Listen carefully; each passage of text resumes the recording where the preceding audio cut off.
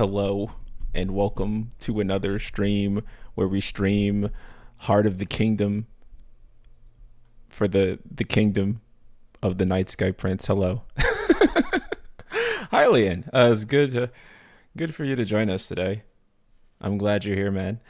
And I'm glad that everyone's here. We're gonna be playing Heart of the Kingdom. Oops, I got some feedback. I accidentally opened the stream while on stream. But yeah, we're gonna be playing some more KH1.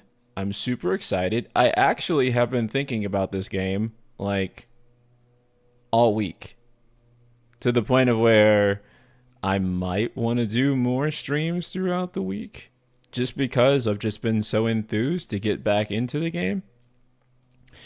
But we'll see. It's always just like a tedious balance between streaming more and taking time to create videos, but especially like when it's like not news videos and I'm having to take my time and write essays, it can be a lot. But I think we're finding a balance, and I think with the current schedule, I'm going to be able to consistently stream. I know, crazy, Night Sky Prince actually having a stream schedule. What the fuck is this? But I think we're gonna actually be able to have a consistent stream schedule, and I continue to make make videos.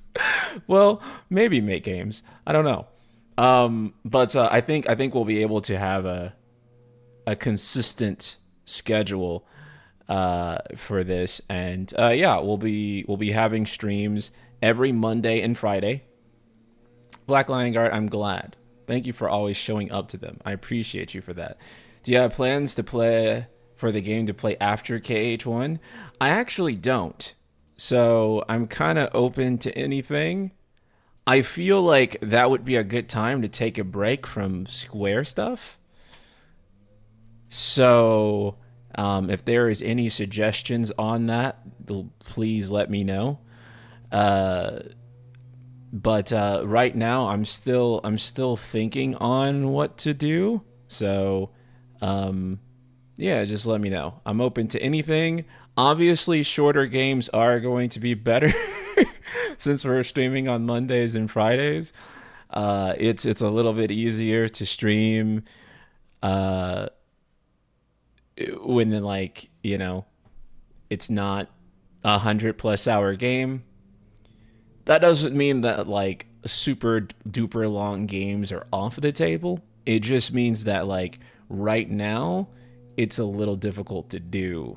But I think once we have this format in place and once we have the essay structure in place, it's going to flow pretty well. Because basically this has always been my problem with doing the essays and doing like my normal news content and streaming all at once, right? Is that I'm kind of like pulled in multiple different directions, and I want to stream, but then I also want to make the essay videos, and then I also want to do news content, and then news content just ends up winning because it's the low-hanging fruit, easy stuff to do.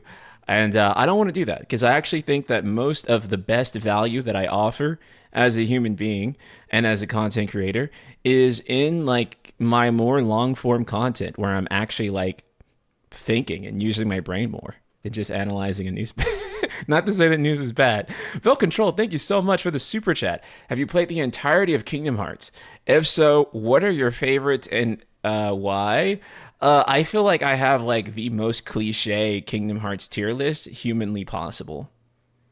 So I don't even know. Like, I would say that 1 and 2 are like the S tier games, right? Like the best. But who the fuck disagrees with that? And then I think in the A tier you have like Kingdom Hearts 3, and you have A Birth by Sleep. And then kind of in the C tier, you have 358 and DDD. But I like 358 a lot more than DDD. So even though they're probably in the same tier, don't misunderstand that I have like, and then I would say that like maybe like a tier lower than that is Recoded. But Recoded is actually not the worst gameplay wise. It actually has some good stuff in like the gameplay. It's just that the story is just so I don't give a fuck that you know what I'm saying? Like it's like you're playing it, but it's like, damn, I really don't care. Subtext, my guy, my real life friend. Hello. KH3 isn't number one. You know what? I really am hopeful that KH3 will go up after this recent playthrough. I really want that to happen. I really want to like walk away and be like, you know what? KH3, pretty good game. Now, I actually didn't finish the Remind data fights. So it's very possible. Well, here's what I think is going to happen, though. Like, I think that Kingdom Hearts 3 will stay at the same place that it is, but I'll be like Remind S tier. And then everything else. Hey, bro, loving your takes on X lately. Thank you so much. I always feel like, you know, it's kind of hard because like I kind of censor myself on Twitter X a lot because a lot of the times without voice, like literally a voice to hear like what I'm saying, I think that like it comes off as like detached from everyone else's reality sometimes. And then I think people hear me talk on stream and then they understand like what I'm saying. So sometimes I talk on Twitter and X, and I'm actually surprised that my takes you like them because I always feel like I probably sound insane on there. And I am insane, don't get me wrong. I'm fucking crazy. But when you hear me talk and express myself, I think that my craziness is a lot more charismatic. Did you watch that long form KH3 critique video? I'm going to assume you mean the KH3 wasted effort video. That's like probably the most popular KH3 criticism video. That's actually an amazing video. It got a lot of discourse around it because it was titled in a way that a lot of people did not like, right? Like Kingdom Hearts 3, a waste of effort. But if you actually watch that video, it is the most well thought out criticism of a game that I've seen in a long form critique in a really long time. And it wasn't just a guy that was seeking to bash KH3 because, okay, so, you know,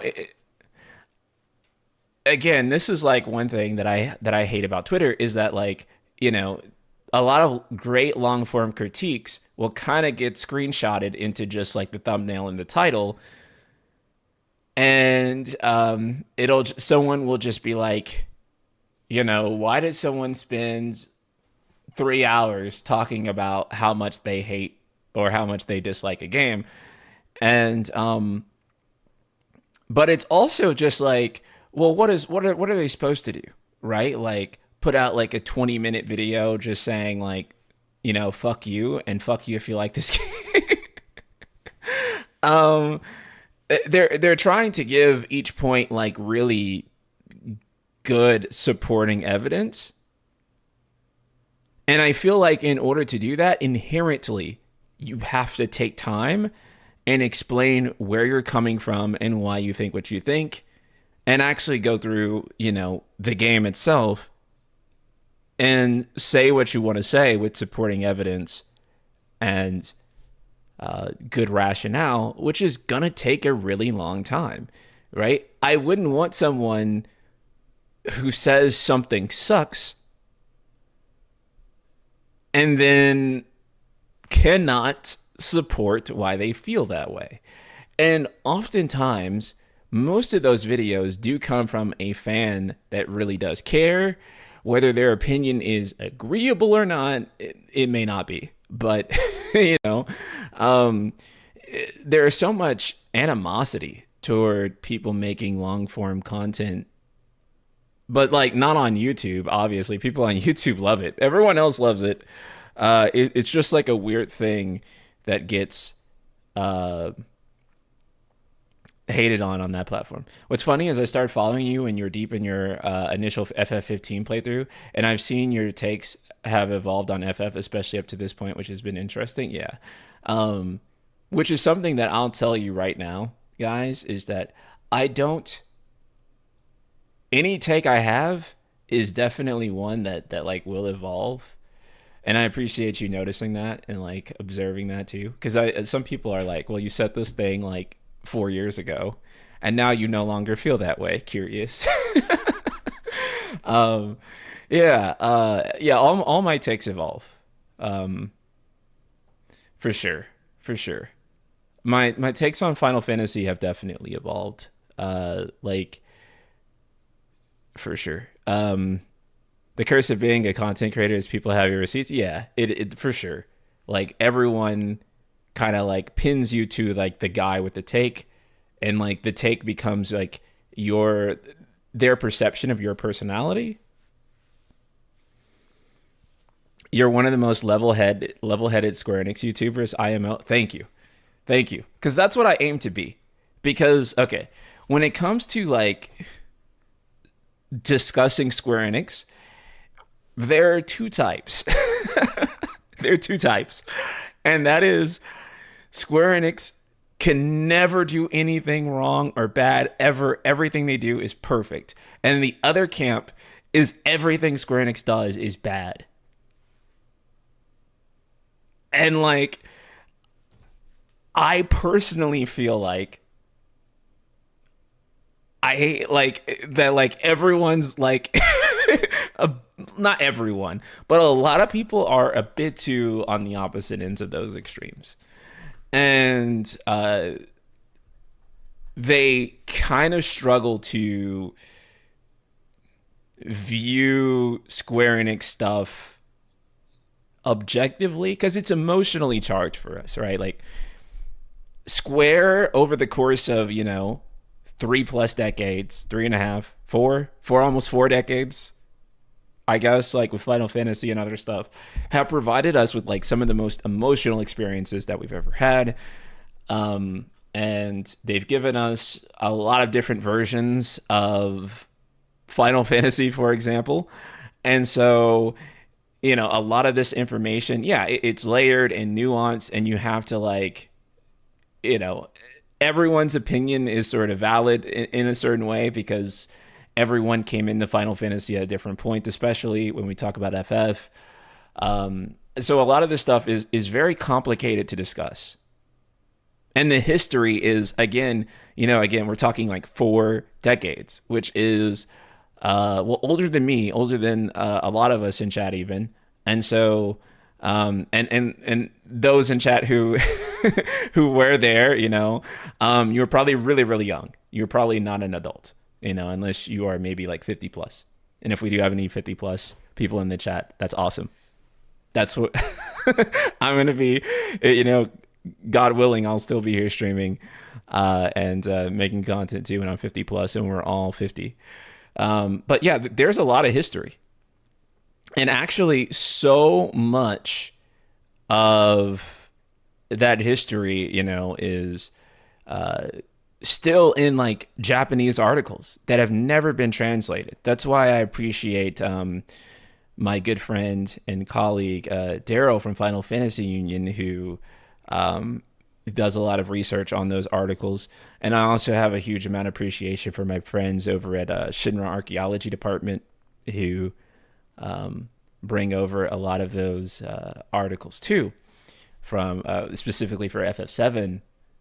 And so there's layers of information, layers of stuff in the past, a lot of discourse and things over time change and get shaped in ways that, like, it's really tough. So I try to be the guy that is more objective about Square than just like, whatever the fuck I'm personally thinking or feeling. So I appreciate that that's felt in some way. Josh Z, thank you for the super chat. The weakness of 3 is plot logic, but theming and foreshadowing is incredible. Oh, you're talking about Kingdom Hearts 3. I was like, three I was like, what? Um, I think 3 is a plot. The weakness of 3 is plot logic, but theming and for like you're talking about Kingdom Hearts 3, I assume.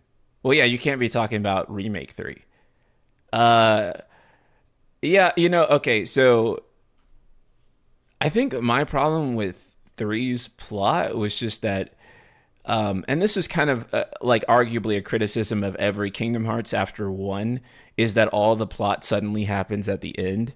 But I think it was more felt in KH3 than previous KHs because the volume of content and plot threads that we had in KH3 were just greater than any other Kingdom Hearts game had to deal with, right? So Kingdom Hearts 1 and 2 have like relatively simple stories. There's not like an insane number of plot threads going on.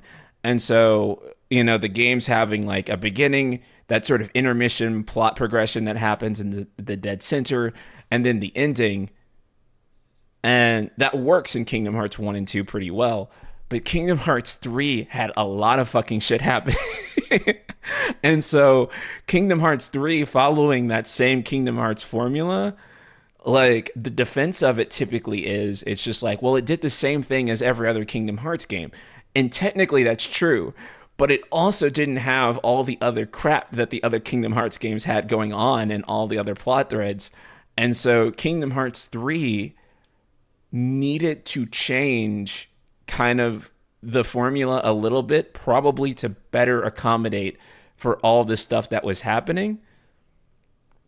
And it just didn't do that. And so it felt like the pacing was worse. And again, this is one of those hard things to talk about in discourse because that counter argument is going to be, well, all Kingdom Hearts games are like that. But yeah, all Kingdom Hearts games also don't have the amount of plot threads that Kingdom Hearts 3 had going on and that needed to be resolved. So much baggage for KH3? Yeah, exactly. And so, that's what made it different. Say it all the time, FF fans have a tough time being critical of a franchise, and we're in this moment in time where a new turn-based RPG is dominating the discussion right now. Yeah,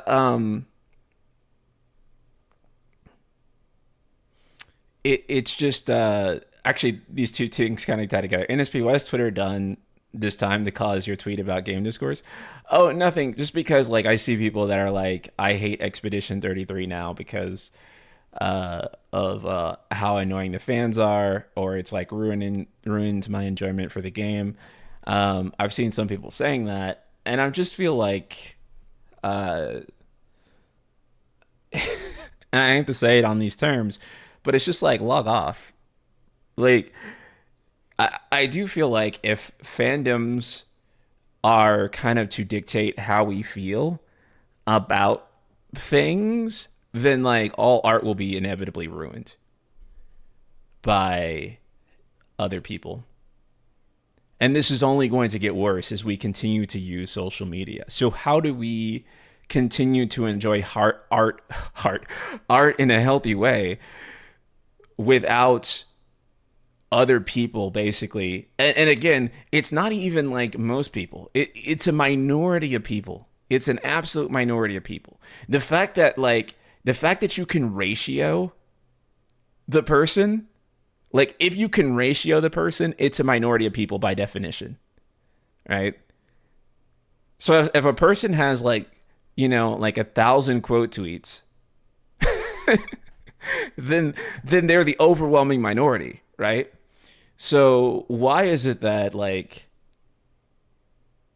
but we kind of like let that basically taint our perception. And this isn't just E33, but it's all games really that this happens to. And the more popular a game is, the more this is likely to happen to. In fact, I judge the popularity of a game. You can really tell how popular a game is based on how persistent its fandom is. And so, Final Fantasy VII, Persona 5 also had this exact same thing, honestly. Um, but again, that's because Final Fantasy VII, Persona 5, two of the most influential games in the genre, and so they definitely have had that impact. The Last of Us was also like this too, where people were, super fanatical about that. And, you have to separate the fanaticism because remember, the word fan is actually short for fanatic. Like that's the origin of the word fan. And when we call them fanatics and when we call it fanaticism instead of fandom, which is a really cute word, then we kind of start to realize like, oh, hey, fanaticism. Of course, they're saying fanatical shit. They're fanatics. This is fanaticism that we're dealing with. And then like it kind of becomes like, oh yeah, of course, that type of person exists, and they're probably the the minority of fake E33 fans killed my dog. I saw it. I mean, yeah, like basically, like that's kind of like how it is. Like I promise you, if and I say this as like a content creator too. Like if fans dictated how I felt about stuff, then ultimately I would never enjoy anything ever again. And I certainly wouldn't enjoy Final Fantasy, and I certainly wouldn't enjoy Square stuff because I am subjected to, uh, again, especially when you have to do this for money and it's part of your career, that you get subjected to a lot worse than like what like a normal person is who could just, if they really want to just log off and not deal with any of this, can definitely do. And you could just kind of disappear from the thing and it's completely inconsequential to you versus like, again, someone like me who kind of has to be locked into it, that I've seen like, just like the most insane shit. And not only that, again, because you're like a person within the fandom, like a lot of that insane shit gets like targeted toward you specifically. Uh, like again, if I felt that way, I would just have to log off and never fucking like this shit ever again. Because it sucks. It's like it's ass, right? Because like who the fuck would actually want to deal with that? Like it's draining on your mental health. And so I actually kind of had to learn the hard way, like the hardest way, really, how to separate, you know, fans from the work itself. And when you do that, you begin to. You're discussing fanatics of game. Missed the start of the stream. People can absolutely love and praise the game, especially great games. But way too often, people take praising the cultish behavior. I mean, yeah, that's what it is. Because, like I said, fan is short for fanatic. Like that is the origin of the word, and so that's where that unhealthy behavior even comes from, right? It's just that it's easy to become fanatical. It's not even fans, it's checkmark rage baiters that manage to bait everyone and look like everyone like stealing the nose of toddlers. Yeah. I mean, that's typically what it is. That's typically what it is like a rage baiter who comes along. And especially that became even more frequent now once monetization hit Twitter, where it became kind of like a thing to say these hyperbolic things and then you could get paid for it too. But yeah, if I let people dictate my enjoyment of a series, I'd never be a KH fan. Dude, I would never fucking be a Kingdom Hearts fan ever. I would never fucking be a Kingdom Hearts fan. But also too, like, I don't think the average person is like super educated on like any media that they consume. They just like what they like. And so, a lot of the times that ends up being kind of like, I don't want to say like a narrow thing, but most people just haven't been exposed to everything ever. Most people aren't like a super enthusiast of every genre that they enjoy. And so they just know what they know. And, they have that profound experience and they shout that to the roof of, to the ceiling of the sky. And, you know, so, I mean, yeah. It's just what it is.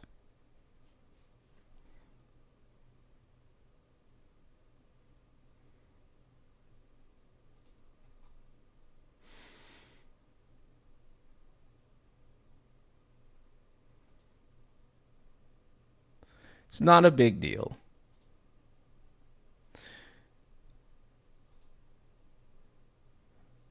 Involve themselves said they don't want to be weaponized against for going against AAA. I mean, yeah, and I mean, at that point, what else do you do, right? Like, so I mean, if they've already said that they don't want people doing that, people are doing it anyways.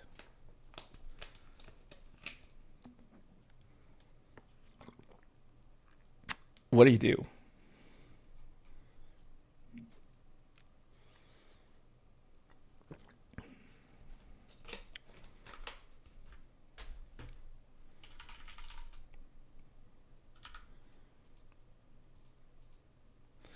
Okay, let's open the game. We can keep talking about this, but I'll have the game open. May take a second for you to see it, but it's coming. Because this game has a launcher for some reason. And I hate that you just can't, like... I hate that you just can't launch into the game. Curious what prompted this discussion, though. Like I said, started the mission. Oh, it's because... was it the one tweet that said it revolutionized turn-based and people took sides of that maybe too far? No. It was just like... it was just like tweets about, like... about how, like, some people responded to another tweet that I just thought, like... I just thought that people were like... I mean, it's just been honestly ongoing with E33, really. That I think that... How should I say this? I think that every time a really great game comes out and it has an impact, there are people that are kind of fanatical about it, but it's whatever. And then there are people who basically drag on the thing. And how rage baiters ultimately end up shifting the way we talk about games.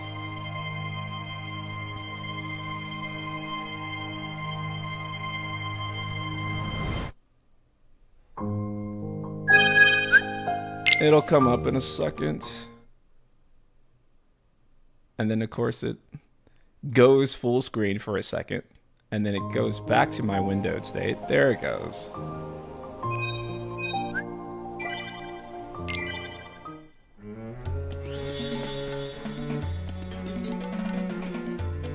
My favorite KH game? Probably still 2. Basically, toxic Andes versus negative Andes. That's like a really great way of describing it, honestly.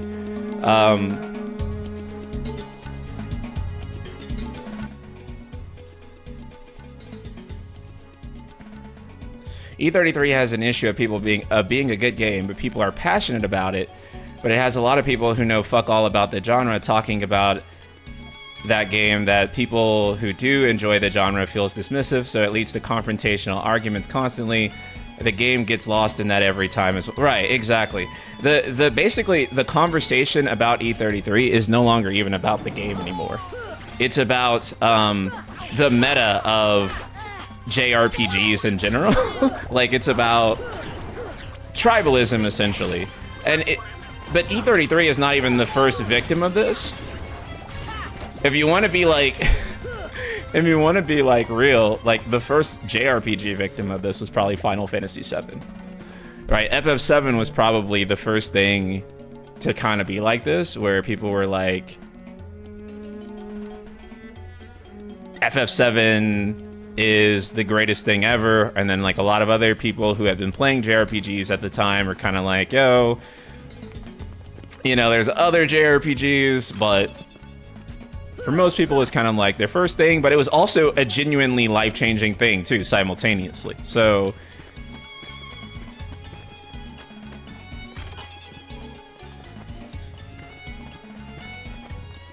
I don't know.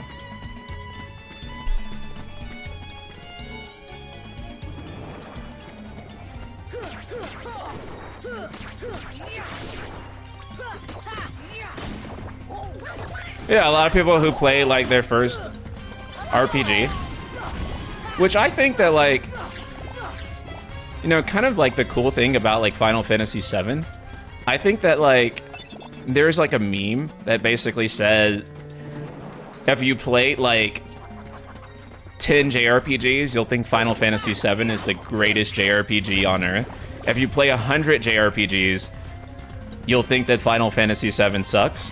And if you play 1,000 RPGs, you'll think Final Fantasy VII is the greatest RPG. And I was like, dang. That's so true.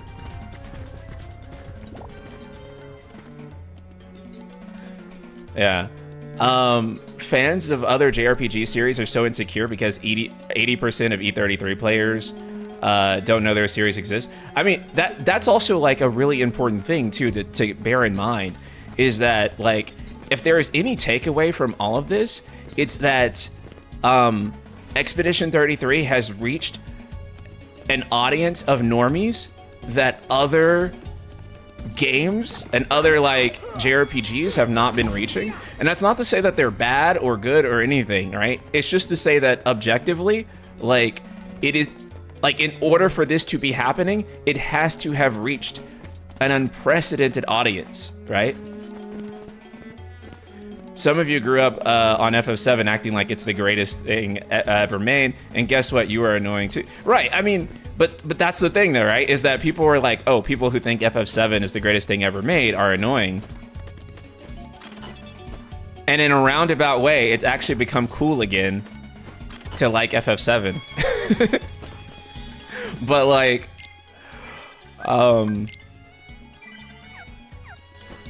because back in the day, like, if you said, oh, FF7 was my favorite FF, people would be like, oh, you're fucking boring. That's like the generic answer. You probably have only played 7. And now if you say it, it's normal and cool again. But, you know, at the time, it was like,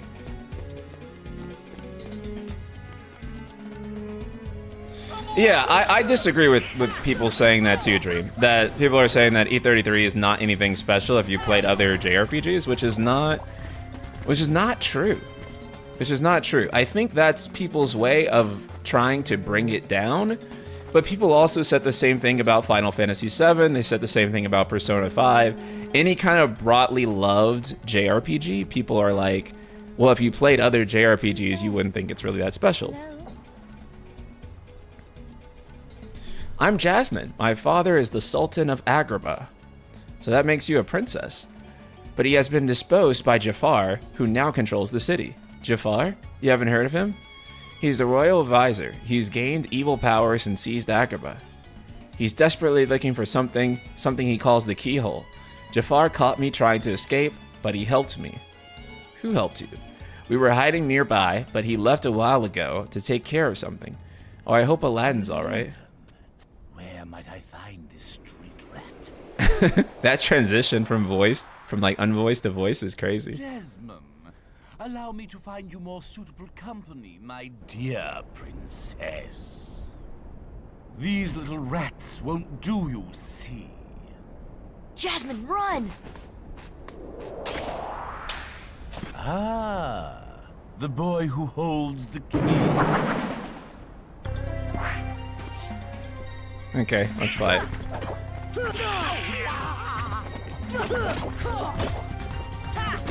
Come on! Yeah, this is Final Mix.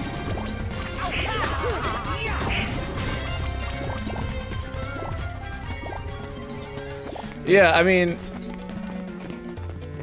so like I was saying, you know, E33 is like reaching an audience of people that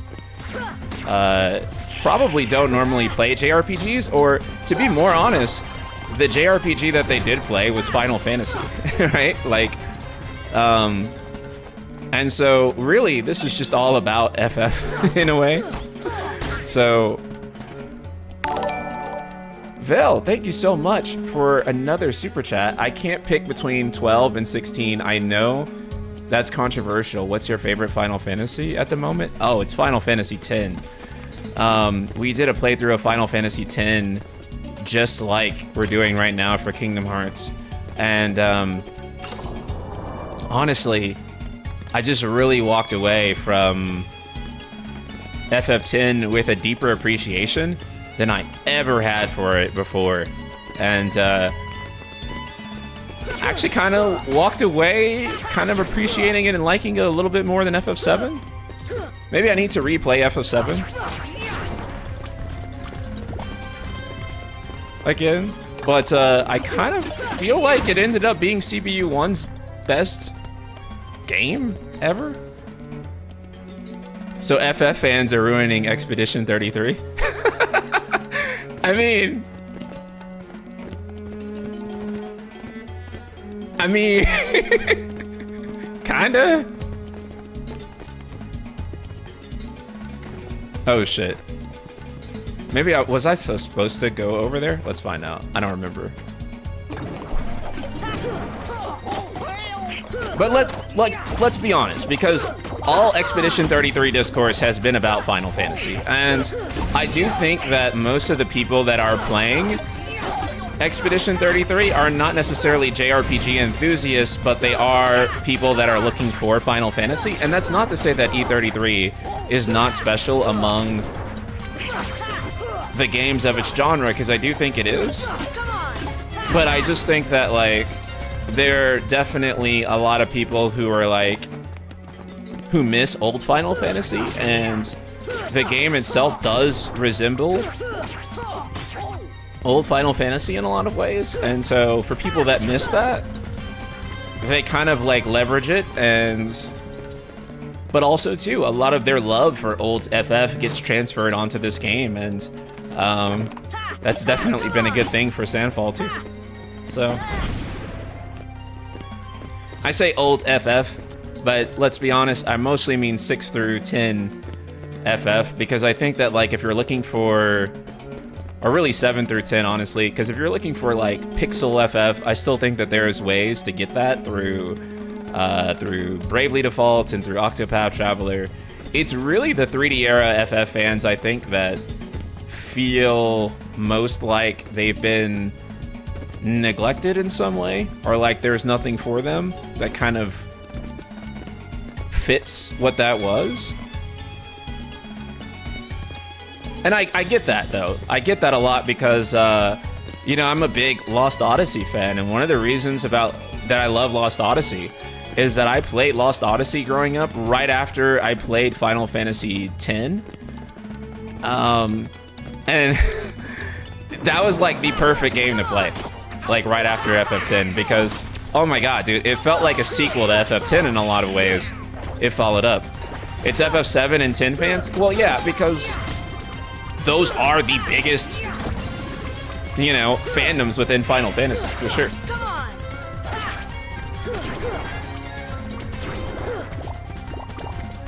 Where the fuck do I go? Oh, okay, this is it.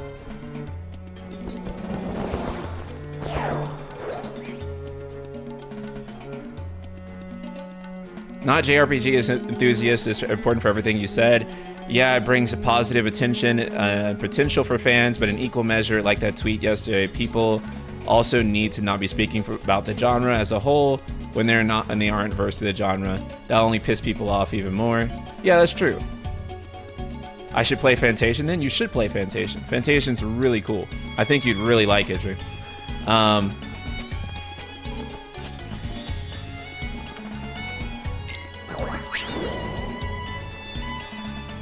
Fantation, like, was kind of that game for me in a lot of ways, because I was kind of like, damn, I do miss this style of game. Oops. Like, I was like, dang. I was like, this style of game really is awesome. And I know that they've made attempts at stuff that is supposed to be like it, but I don't think that a lot of their other turn-based games are necessarily like it, per se. Shit. I'm yapping too much. Let me lock in for a second.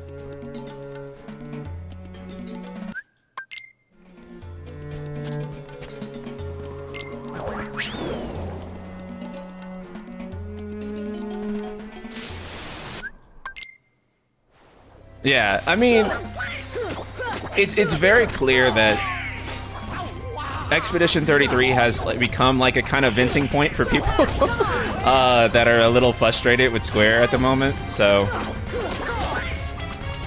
the good news is, maybe I'm like delusional, but I actually have a lot of faith that Square Enix reboots and awakens is going to end up making Square Enix a top tier publisher again. You guys can tell me if I'm fucking crazy for thinking that, but I actually do think that by the end of this, they will end up kind of being on top again.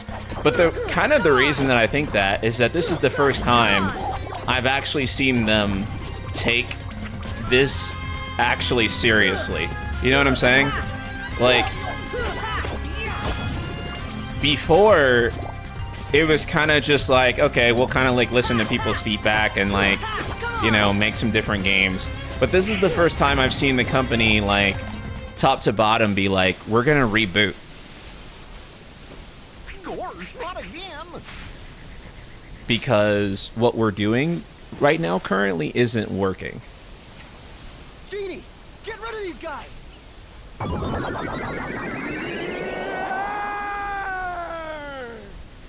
Wish number one coming right up. E33 is definitely a breath of fresh air to the later fans of the later FFs. It's incredibly FFX coded. Yeah. Thanks, Sora. Aladdin, what are you doing out here? I mean, Same old I'll stuff. talk more after this Hunting scene. legendary treasure. Let's focus on this first. Just paid a visit to the Cave of Wonders. I found that magic carpet. And this lamp.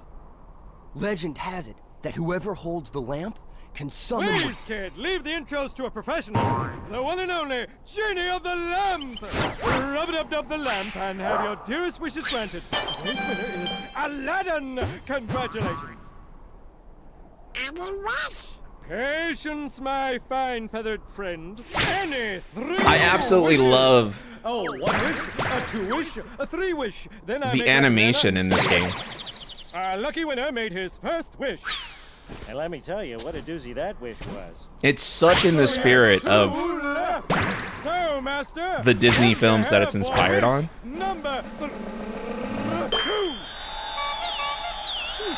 How about making me a fabulously wealthy prince? Whoa! Money, royalty, fame! Why didn't I think of that? Okay, you asked for it. 100 servants and 100 camels loaded with gold. Just say the word and I'll deliver it in 30 minutes or less, or your meal's free. Hey, I'll even throw in a cappuccino. No thanks. Okay. I think I'll put that on hold until we reach Agrabah. Oh, why a prince? Yeah, you guys got to See, remember there's that this is like girl in the Agrabah, generation where they named were just Jasmine. figuring out like But she's a princess. more complex animations and real-time Gosh, I could graphics. never fall for a guy like me. And the fact that they were able to Jasmine? make Oh, that's right. She's in trouble, Aladdin. What? graphics Come on, like let's this get going. is so cool. Like, really think about it, right? Like, you think about like where we are, like in like PlayStation 1 era, and like everything is like static text, and we have like some animated scenes, but not like a terrible amount. And so we kind of go from that to this, and it's just like, holy shit. You know, we'll swap Goofy out. It's really incredible. Yeah, I do think that like it is hard to deny. Taking off from what Hylian was saying, it is hard to kind of deny that like that audience of like people that really like the way that 7 through 10 were feel underserved by I don't want to say underserved by Square Enix, but just underserved by the market itself, really, because it doesn't have to be Square Enix, as we've seen. It can also be another, you know, developer like Sandfall. But that's also okay too, because I don't think that Square Enix has to be the one to make these games. You know, like clearly another developer can come along and can do that. And so Vagrant Story, put your pants back on, Dream Bum, is an example of late PS1 graphics and visual style that is just insane. Yeah, Vagrant Story is fucking incredible. The like undoubtedly to me like the best visuals and cinematography on PS1 and aged incredibly well. Kingdom Hearts 1 actually changed gaming forever. Gameplay, graphics, the whole deal. Thank you so much for the super chat, Bill. I agree.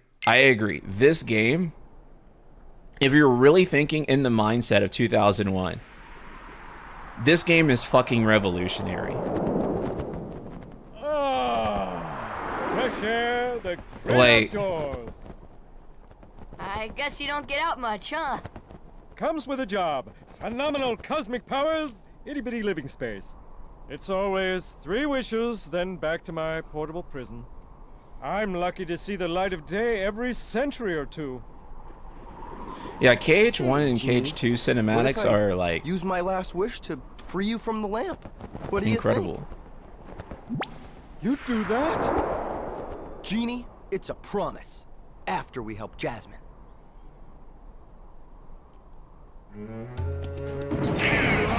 Yeah.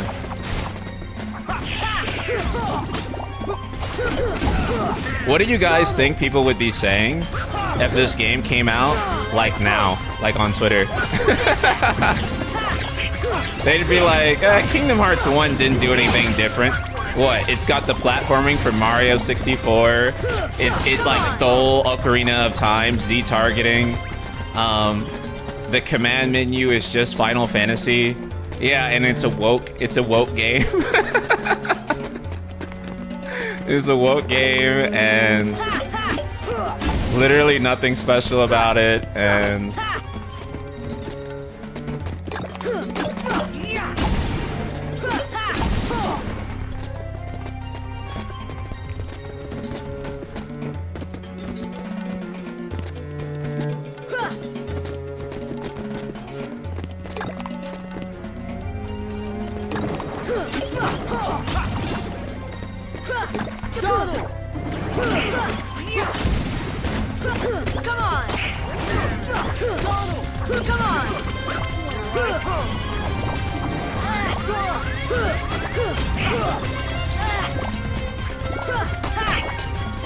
it is funny because I'll be the first to admit, growing up, that I did not appreciate turn-based games at all.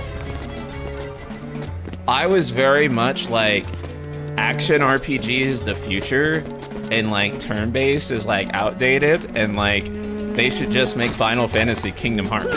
Like that was like 100% my disposition growing up. I think actually in part that kind of attracted me to Final Fantasy Versus 13 and 15 at the time, because I was like, okay, Final Fantasy is finally going to be based. It's finally going to go action.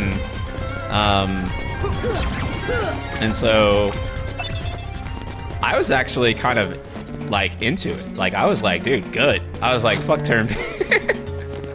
Turn-based was actually not something I appreciated until much later in life. Like much later.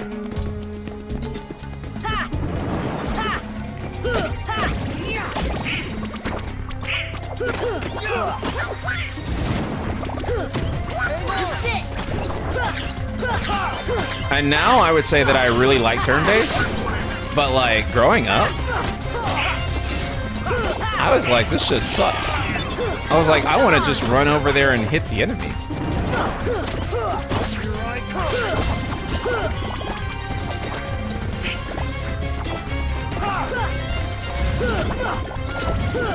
See, I wouldn't say that I love or hate FF12. I respect FF12. FF12 is like a game that like probably not for me, but I respect it so much. Like the ambition that they had with FF12 and like what that game managed to accomplish is genuinely fucking ridiculous. It's genuinely, in a lot of ways, like the most impressive Final Fantasy game ever made.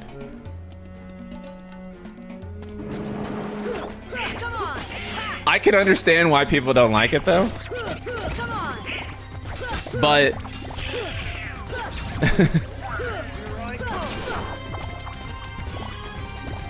I still think about Tim Rogers saying he was at the launch event and the first guy who got a copy of FF12 and asked the CEO to remake FF7.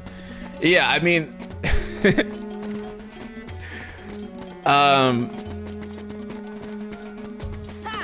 that is kind of funny, like in hindsight, because it shows you, one, how long people have been wanting a remake of Final Fantasy VII, but it also kind of shows that, like, you know, how do you also create something that gets people over kind of like the highest point in the series, perceived highest point, because the real highest point was 10. How do you get people over that and get them to kind of like, you know, enjoy something else? And really the only way you do that is to top it, right? To create something that is even better, or to create something that is so new and provocative that it kind of stands on its own too. So, I don't know. While I would probably disagree that it's like that we're beholden to FF7, I think that like FF like should not concern itself so heavily with sequels and such. I do think it probably would have been better for FF7 if it did end up being like one game instead of 3 or 2 games.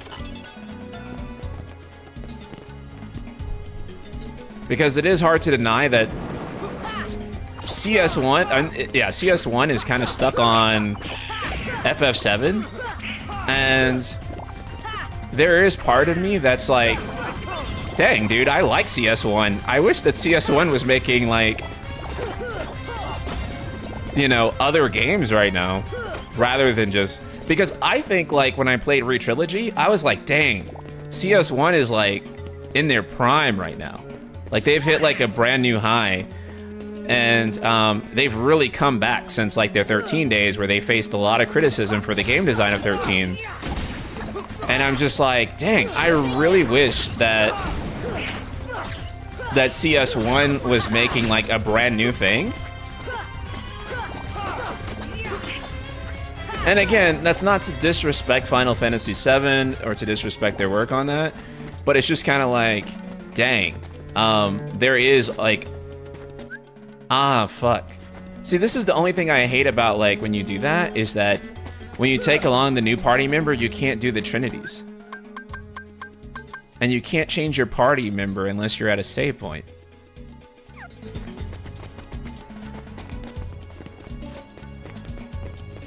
That's something a mod could probably fix.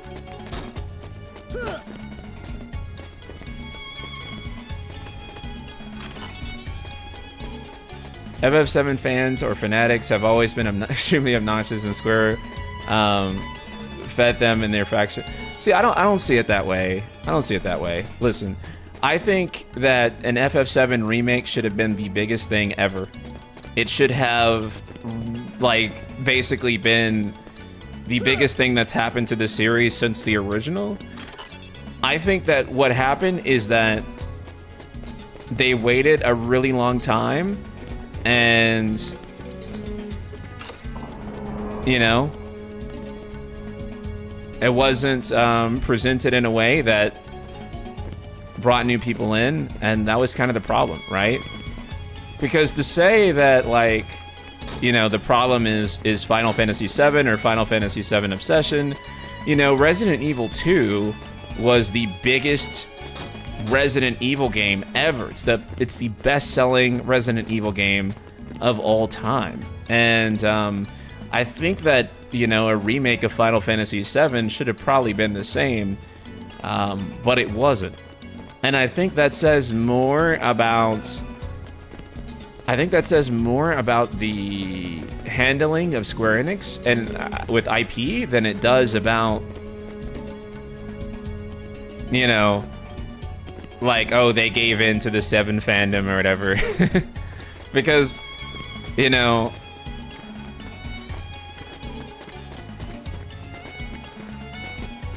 why should a remake have been the biggest thing ever, though?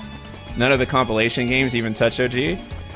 Because FF7's still really popular, and it had been really popular for many years after its release, and so, you know, I think that it should have been huge.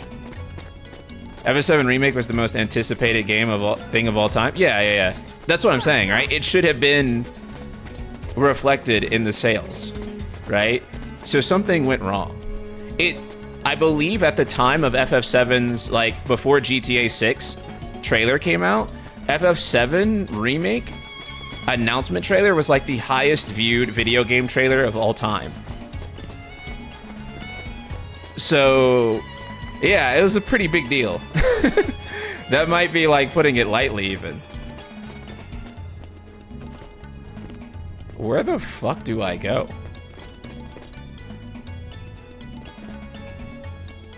I just opened a door, but I don't know where the fuck I opened it to.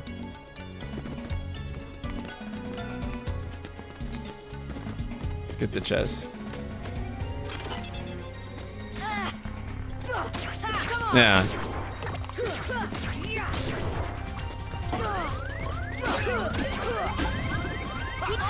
Ah, fuck. Yeah, so it being like... Well, at the time of FF7 Remake's announcement, there was definitely not... That definitely was not the case, right? Like, at the time of FF7 Remake's announcement, again, highest viewed video game trailer of all time. All time, right? So, that's why I would disagree with saying, like, okay, making FF7R was a bad idea, or like it was like not a thing that they should have done, because clearly it was the most explosive amount of interest that the series has ever gotten, ever. So where the fuck is it? Maybe Aladdin's house? Okay, there we go. yeah. So yeah, it's the most interest that they've ever had in the series, for sure. I'm not saying a remake is a bad idea, but putting so many eggs... Right, that much can be true, right? Like, maybe making it 3 games, for example, was not, like, the best idea. Because that's when I personally saw the most amount of strife, no pun intended, with it.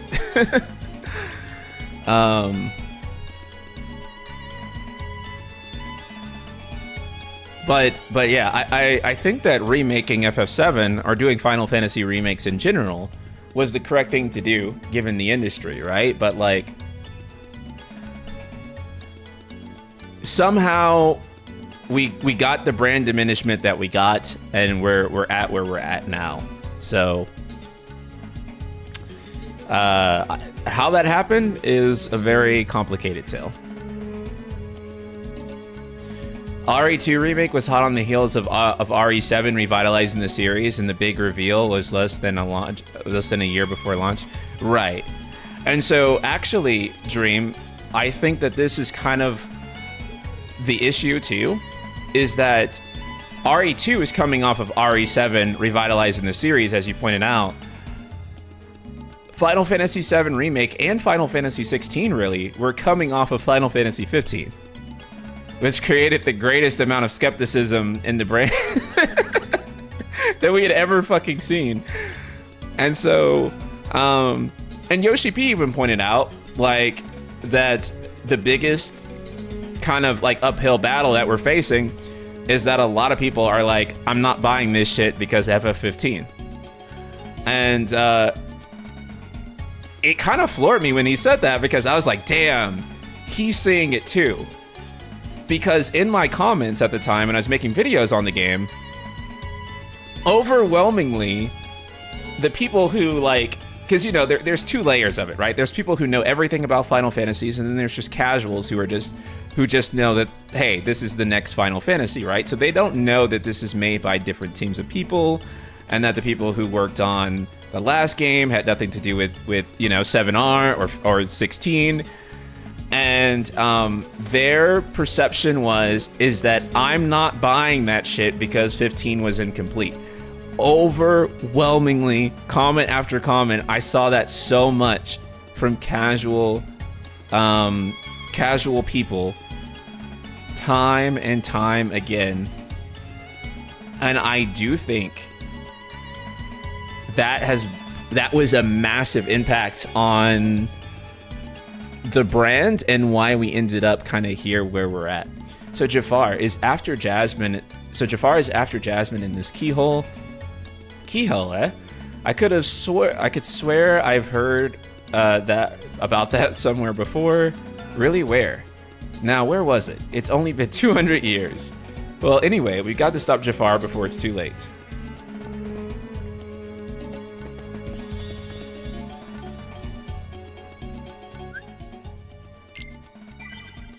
Yeah, the demo for 16 was incredible. It probably single-handedly turned around discourse on the game, if I'm honest, because before that things were not looking too good for it. But the demo was honestly so good that it kind of put people in their place who were critical of the game at the time. So.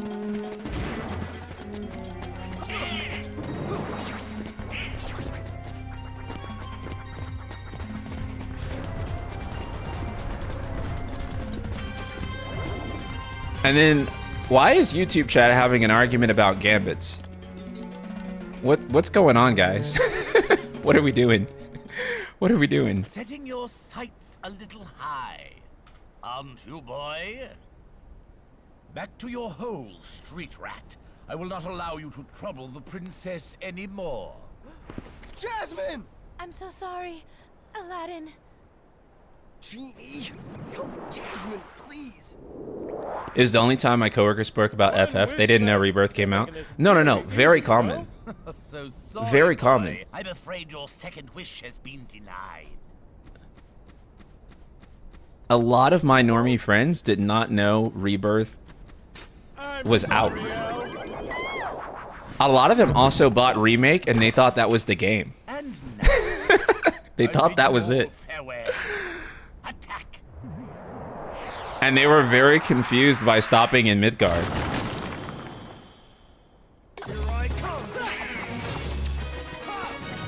No, Dream, I think you were actually right about that. And I say that as someone who, as you know, prefers Rebirth to 16. But I do think that 16's demo was just way better overall. But the thing is, though, is that I don't think you can make a good demo of Rebirth, because I don't know what you would give people to, like, make them get that game in, like, a single vertical slice. I can't name to you, like, what section they should have done instead. But I think what I would say is that a lot of the problems that Re-Trilogy has in general are kind of that it feels like they've been marketing Re-Trilogy to people who already love Final Fantasy VII, and they haven't really done a good job of explaining to newer, younger audiences why they should love Final Fantasy VII. And so, on one hand, I think Re-Trilogy is, like, really successful in terms of, like, okay, people who are fans of Final Fantasy VII really like this, but, like, oh, okay, so don't hit the, or do hit the head, or hit the tail maybe. What the fuck?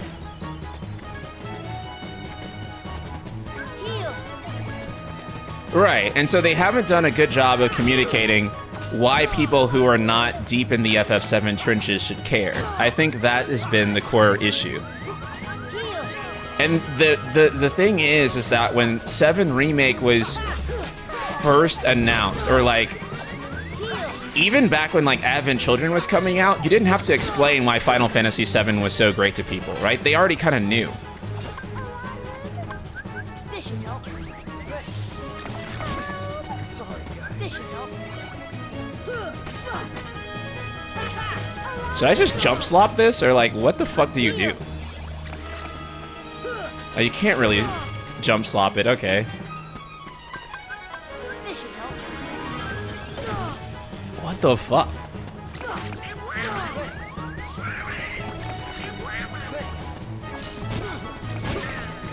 See ya. Magic doesn't do shit.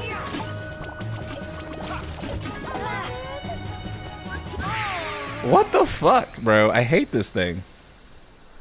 Okay.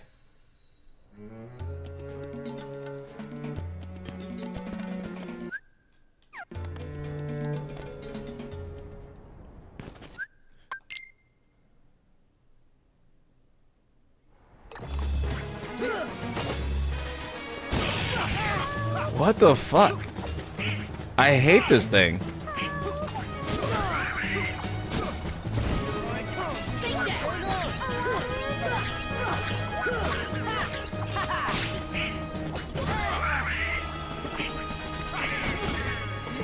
What the fuck? What the fuck do you do?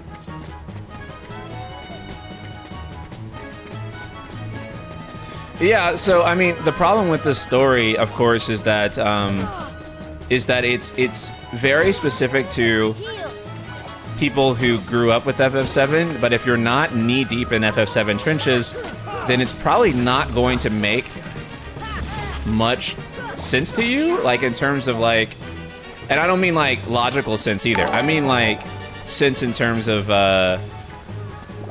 arrow is super useful here. Fuck. We forgot to get Arrow. Vale, thank you so much for the super chat. We got to go back and get Arrow. So the moment we can world travel, we can go back and get Arrow because we forgot it.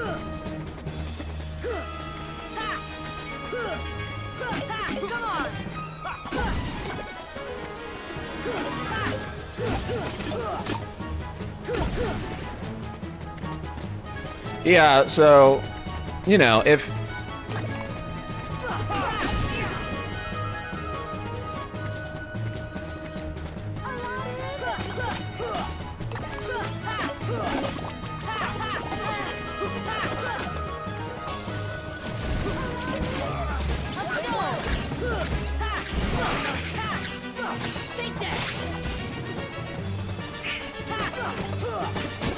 Oh, home stretch.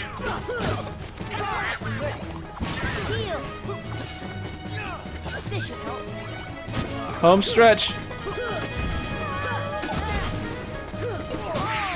What? What? What? What? Ah. Okay.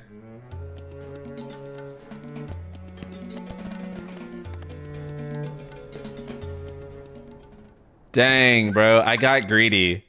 I got greedy. That's Soul's level of greed.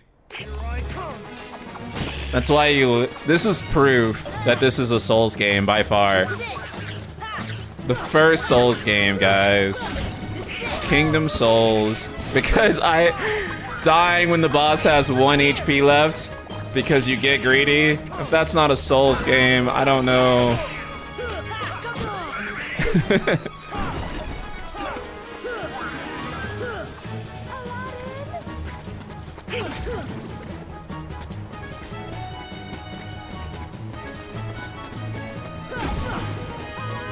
This fight is legit hard.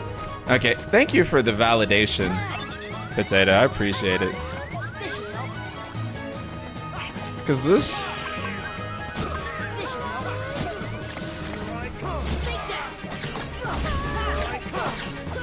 Time for Sonic Slop. That's the way, brother.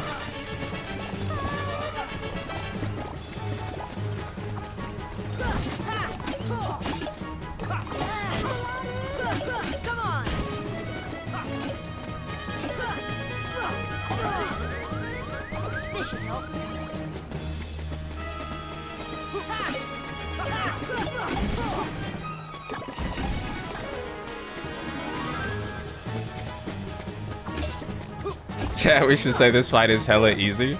No, don't gaslight me.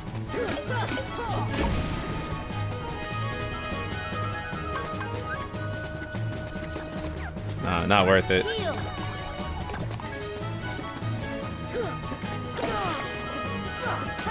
Wait, is the stream dead?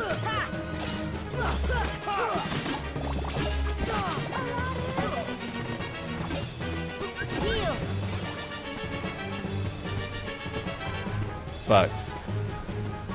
Fuck me. Yeah, I think Couch Potato mentioned it a second ago, but it is interesting that the load zones here are actually, like, arbitrary, I guess? Like, or maybe not arbitrary, but like a game design decision, because we can actually just go straight through them here, and it doesn't matter. So I actually kind of wonder, is that like something they did to prevent enemies from like, or too many enemies from spawning? Was it about memory management for the encounters? I actually kind of wonder, right?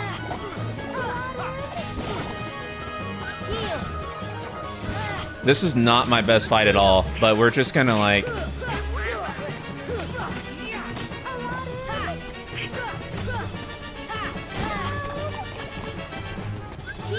We're just gonna like cruise through it.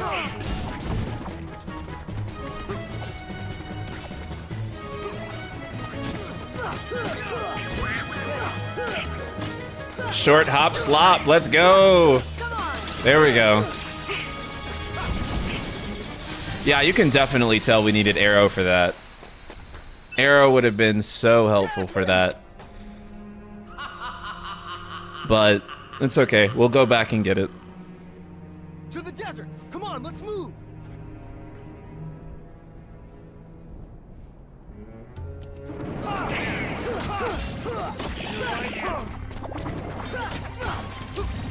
Coming into it, especially after years of no KH play, especially KH1, is hard. Yeah, no, it is hard, dude. It's legit hard. Arrow is your best friend. Yeah, if I remember correctly, Arrow is like one of the best spells in this game, period.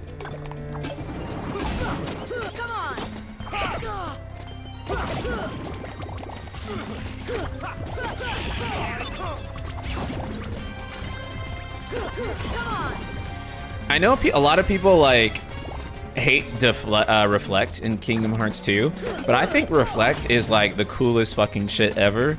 Like, I'm sorry, that was like one of the best defensive options in an action game ever to me. I fucking love Reflect. Reflect is one of the best spells ever. Dude, I think Reflect is like the coolest shit. Like, if Reflect comes back in Kingdom Hearts 4, we're so winning.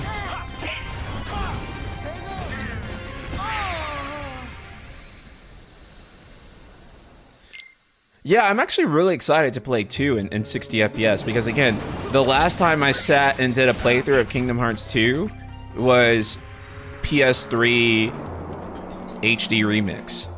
So that was still 30.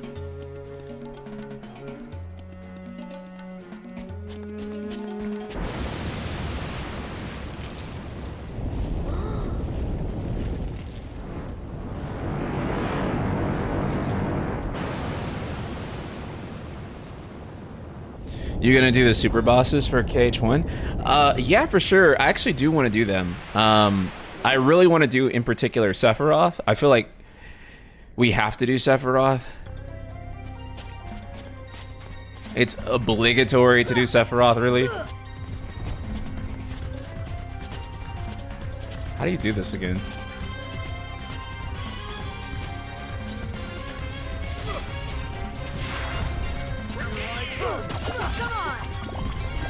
Bill, thank you so much for the super chat. Area breaks in between are for grinding, I believe. If you pass through them twice, it resets the enemy and spawn types. Ah, I see. I see. It looks like a technical limitation, but it's actually not. That makes perfect sense. Again, thank you so much for the super. Oh, shit.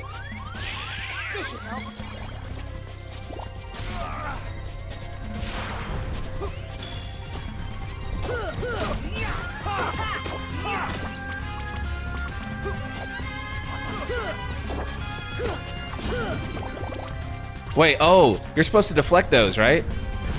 Is that what it is? Heal. Yeah. It'd be great if I had guard right now.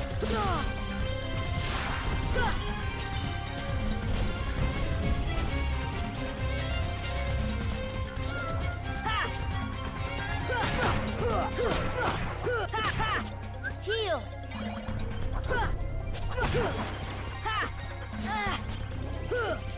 Heal.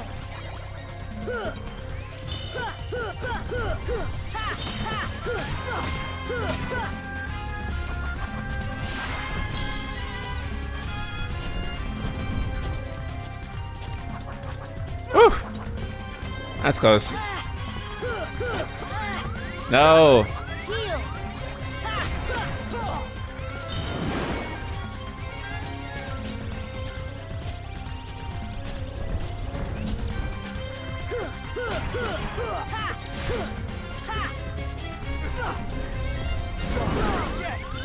This should help.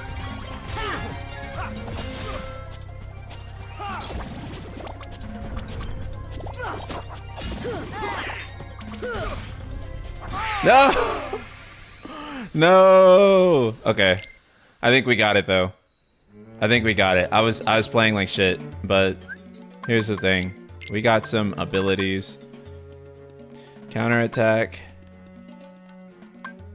Tech boost.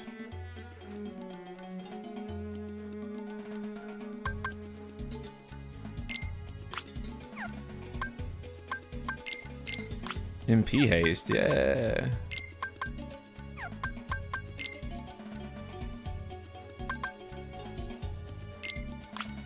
Do jackpot.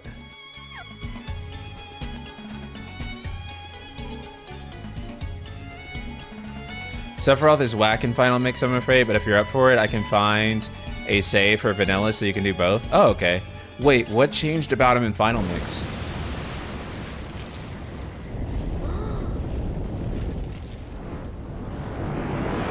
You can actually leave this boss fight? What do you mean?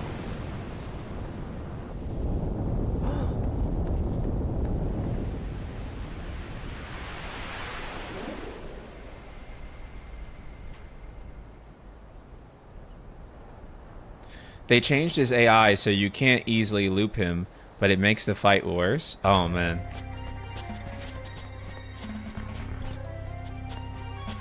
Fire. Does that work? No.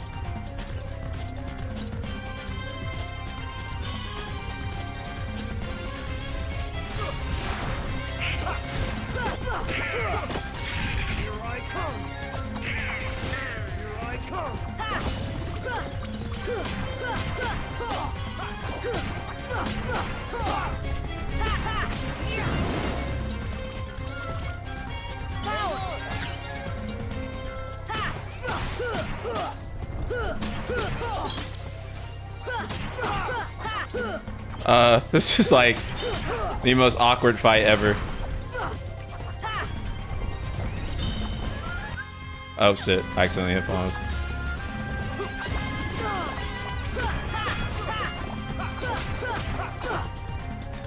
Heal.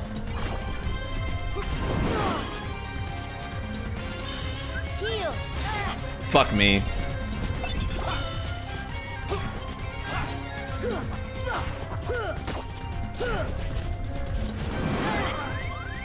Heal. Come on.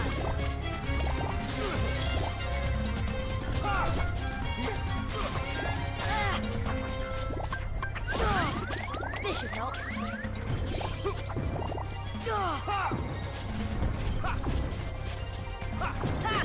Heal. Oh my fucking god, dude. Oh my fucking god, bro.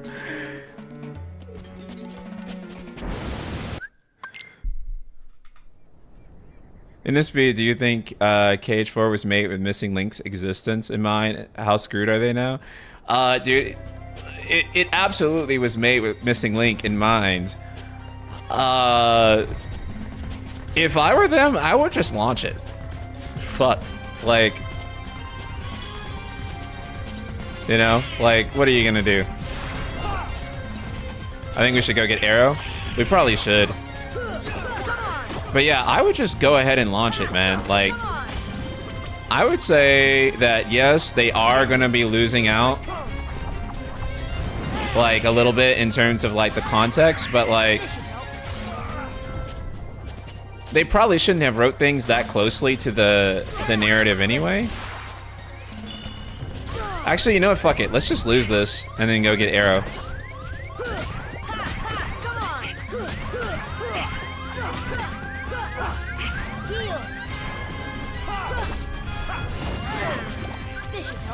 Okay, if I lose this time, yeah, we're definitely just gonna go get arrow.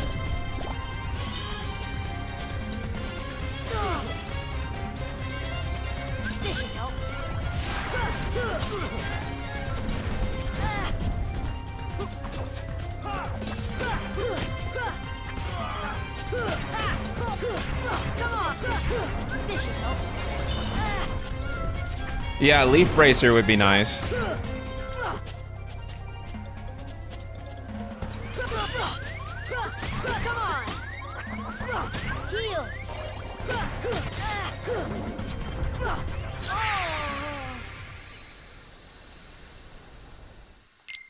Okay, let's get arrow real quick. We need to get arrow anyway before we forget.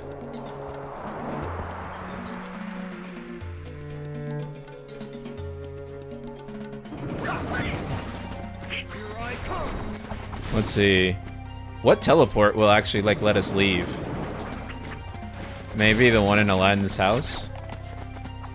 Because I don't think we can actually leave yet. Let's see. Not here.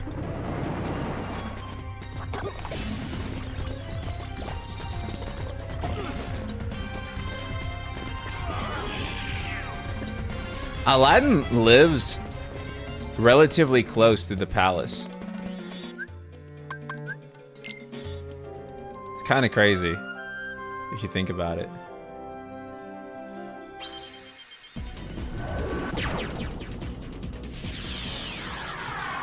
The whole new arc is going to hinge on characters and ideas introduced in a mobile game like the Masters of Masters and shit. At least from like, yeah, I mean, that's kind of...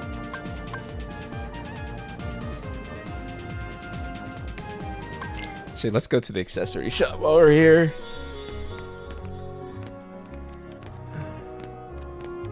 No. Wait, no. Wait, where is the bell that we're supposed to... We're supposed to ring a bell, right? Where is that at?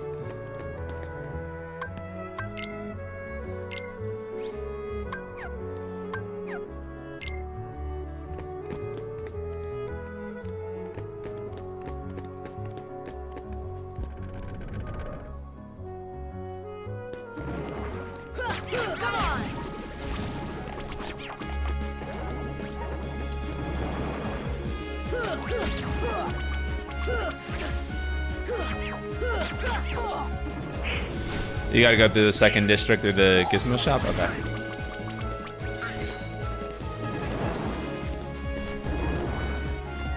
Let's see. Through the gizmo shop.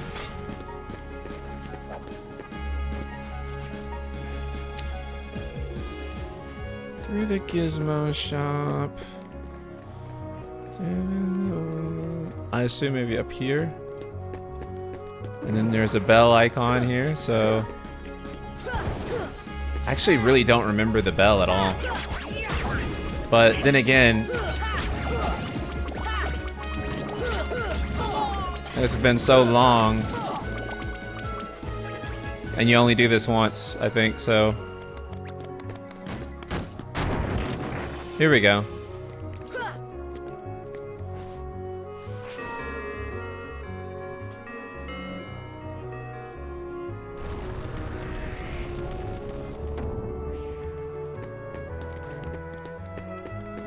Don't get leaf bracer till level 69. Oof.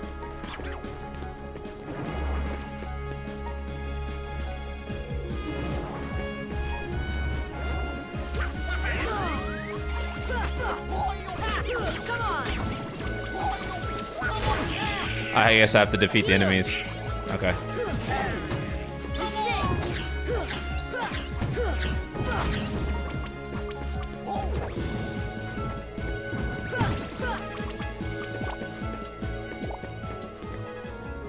It's a carving of a bell. Oops. There seems to be a big bell above the gizmo shop. I think you gotta ring the bell 2 more times? Okay. That makes sense. Let's see.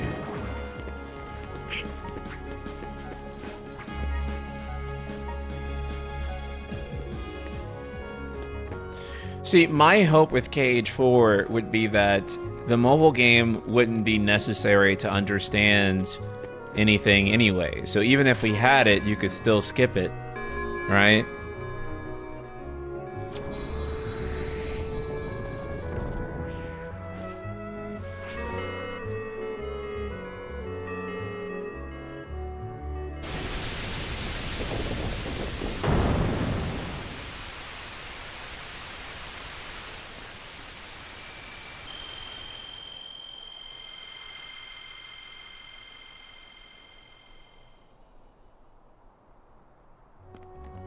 I don't think it will. Square was trying to tell people that you don't need to play, you don't need remake to play Rebirth. Yeah. They always do that. I think the only series where that's actually true for Square is Nier. Is that I don't think that you need like to play like Nier Replicant to play Nier Automata or any of the Drakengard games. You really can enjoy all those games like as their own thing, which is funny because those games probably have the hardest timeline to follow of any Square game. They make Kingdom Hearts look like easy as hell, basically, to follow.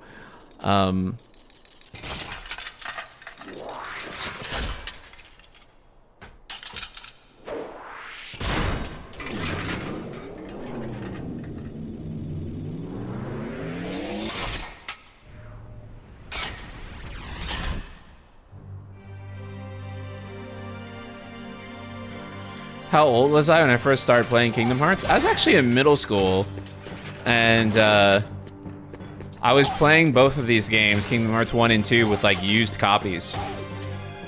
Because the Hollywood Video, which was kind of like a Blockbuster, next to me was shutting down. And they had copies of Kingdom Hearts. And I had always saw the games and I wanted to get into them. And basically I got into them because I knew Final Fantasy characters were in it.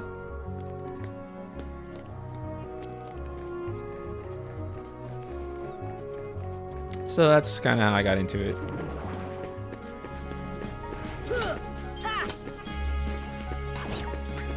I have to re-ring the bell.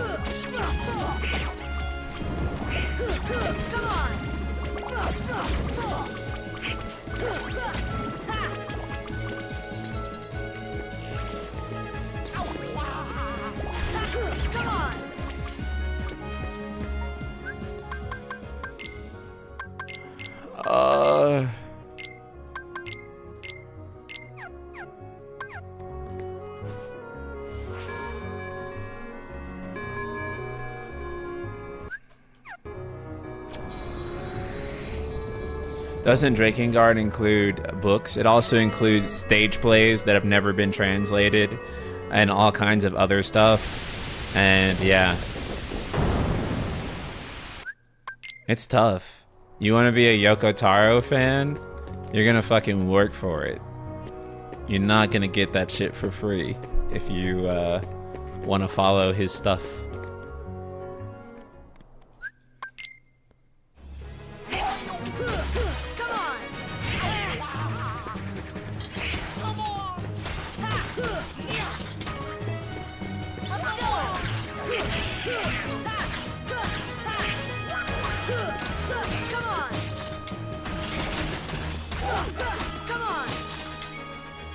See, that part is so easy, right?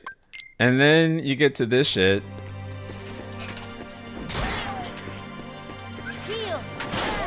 Wow, it cost me more health to heal. Heal.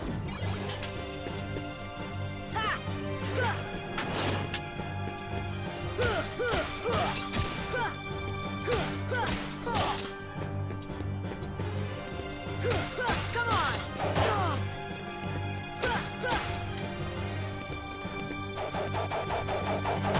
No! Alright, you have a go in, Dreambo. Oh my god, fuck me. God damn, dude. Hold on one second. Let me go to the bathroom real quick. God damn it.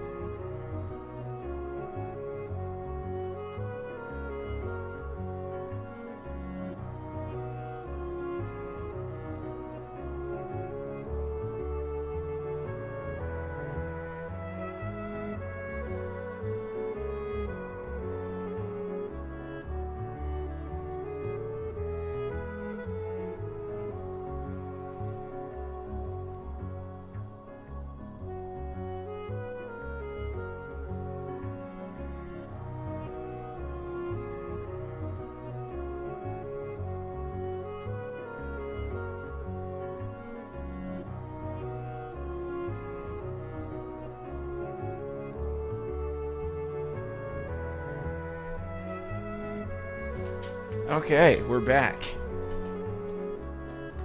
And we're gonna fucking lose again. No, we're gonna win this time. Fucking shit, dude. I'm so goddamn mad. Because, first of all, not only do I have to do this fight again, I have to, like, kill these guys again first.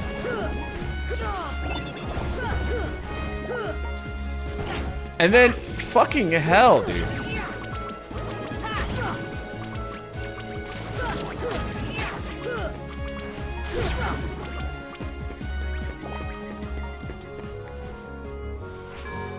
Genuinely? Some bullshit. Grind? Grind? The fuck do I look like? I'm a pro Kingdom Hearts player.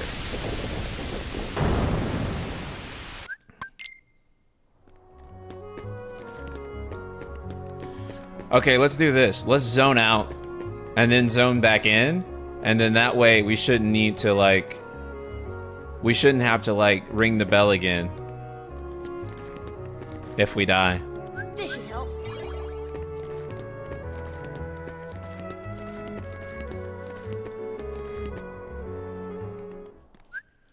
Do you have any accessories that increase your defense a little? I probably do. Jump slop. Jump slop.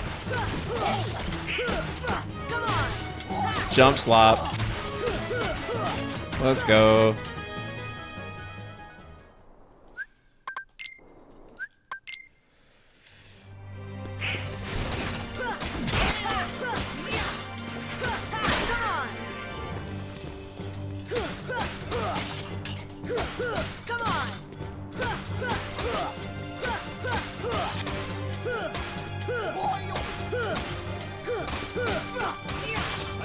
Jump slop. Art of the jump. Art of the jump. Art of the jump. Art of the jump. Art of the jump. Slop. Art of the slop. Oh! Get in that heart, Tussie. Oh! This should help. Oh fuck! We lost him. We lost him. Where's he at? Okay. Art of the jump. Art of the jump. Let's go.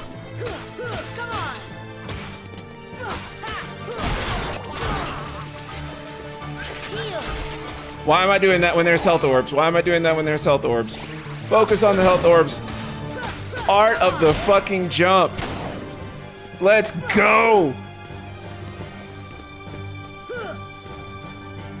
Oh, oh.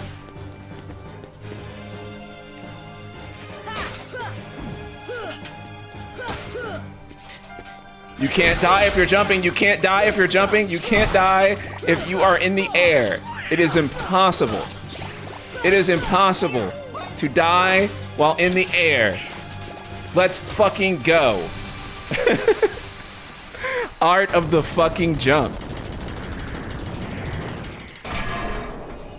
I really hate the final mix colors on the boss.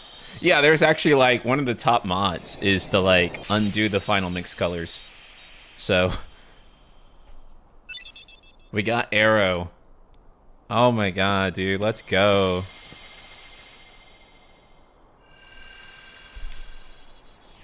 They call him Jumpman. Yes, sir.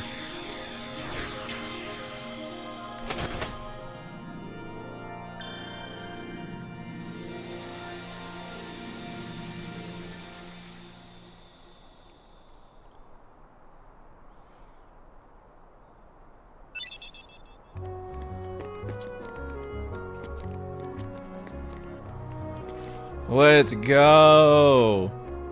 Let's go.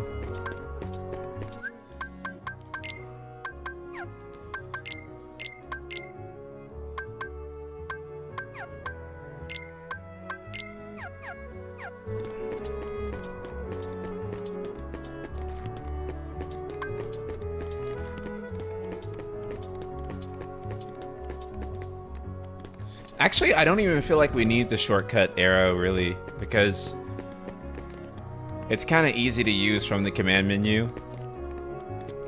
I don't think it's something that you need to, like... Okay, Crossy, you have a good one, man. Did I read your last comment? No. What was your last comment? Oh, wait, what did they just say? I wasn't paying attention to the... I just clicked through it.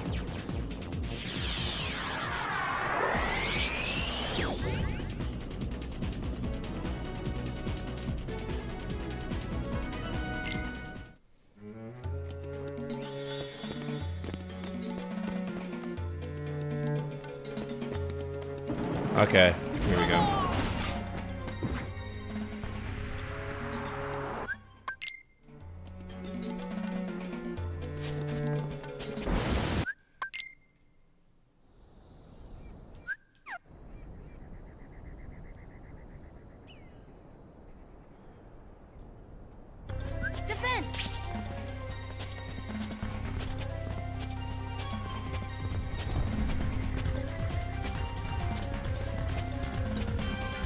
I forget how long Arrow lasts.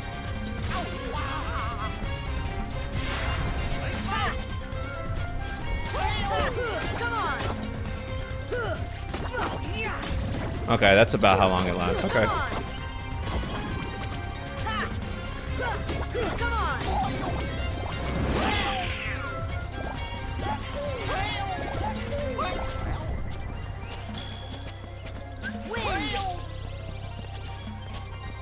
Okay.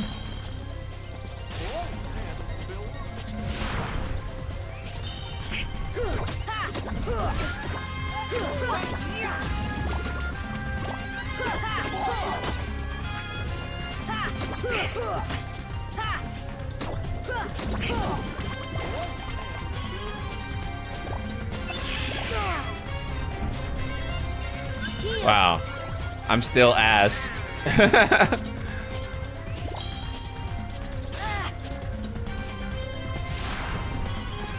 Oh, can you climb up from the back? Oh, you can climb up from the back. Oh, okay, that's like an easier strategy then. Cool, let's do that. In Kingdom Hearts 4, if they include Noctis, what world would they meet Soren? They're not going to include Noctis because they've already included Noctis, and that is Yozora. So I don't think that Noctis will show up, but I think that Nomura's Noctis, which is Yozora, is going to show up.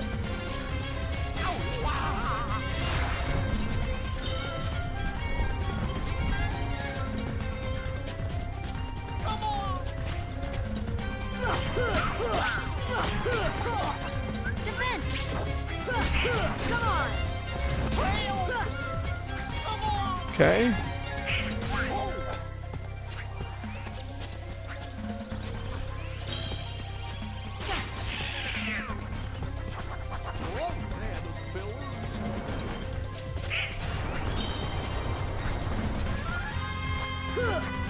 Dang.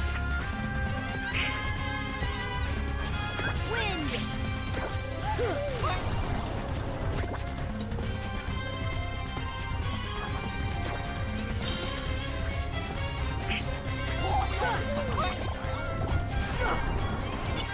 Is there no way up there? Until he like bends down? It's gotta be a way. There we go.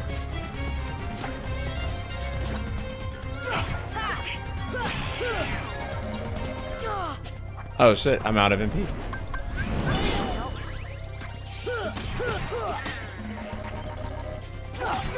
Not enough MP. This should help.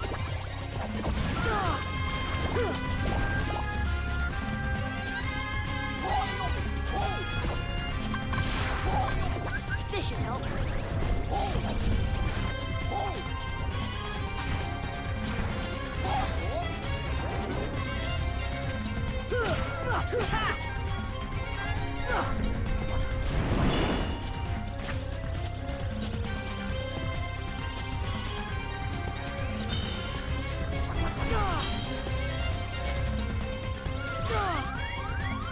Oh. This should help.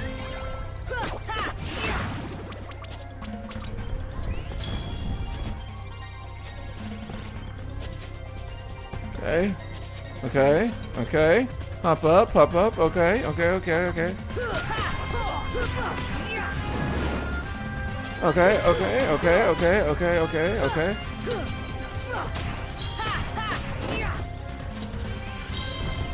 Okay, okay, okay, okay, okay. Okay, okay.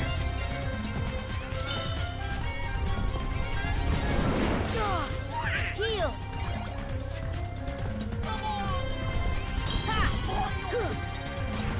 Come on. Come on. Heal. Why can't... I'm like foolishly trying to get up here when I know that I can't do it from back here. And I keep doing it no matter what. Heal. Come on.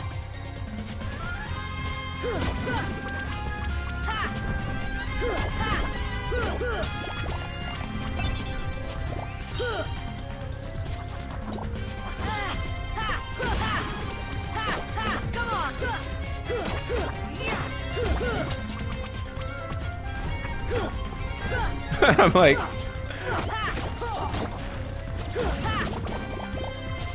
Heal. No! I saw that happening in slow motion. Let's see. Is it gonna continue to make me... Oh, fuck. I missed my opportunity to hop up on him.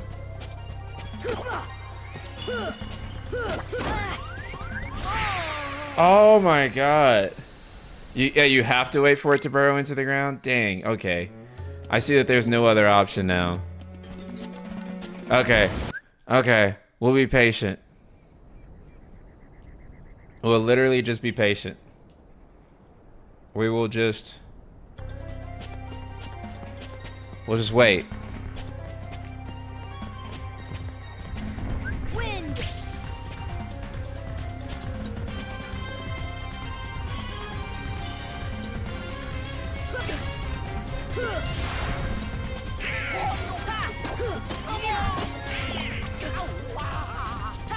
Come on.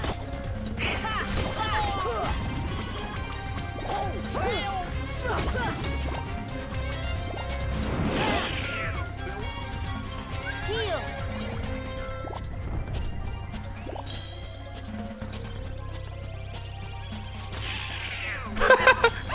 I made it hit Donald.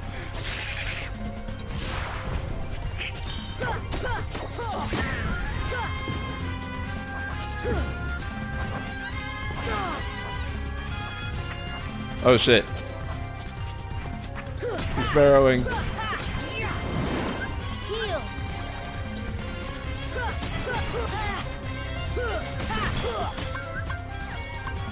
Oh, I forgot I can summon. I forget, like, what is Simba even good for, actually? I forgot.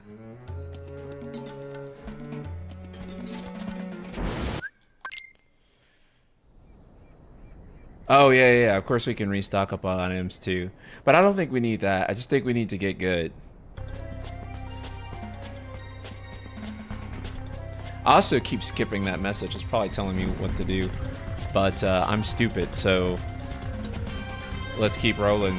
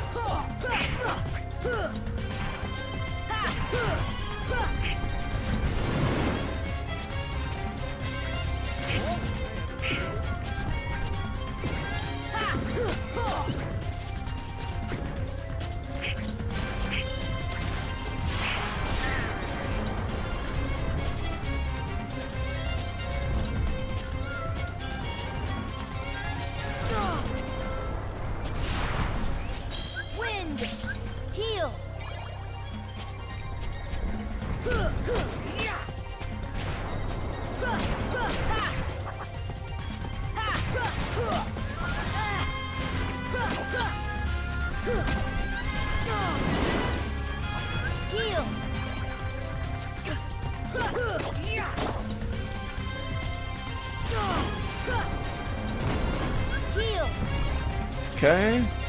Okay.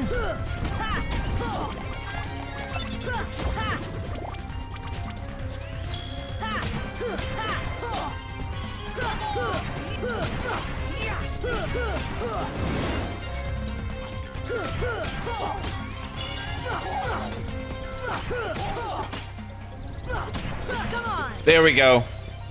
There we fucking go. Told you. We just had to lock in. Why do you think Square Enix hasn't made a full Final Fantasy anime series? Or I guess a recent one? That's a good question. Don't we go inside of there? Okay, there we go. Yeah. So did Arrow help? I would say so.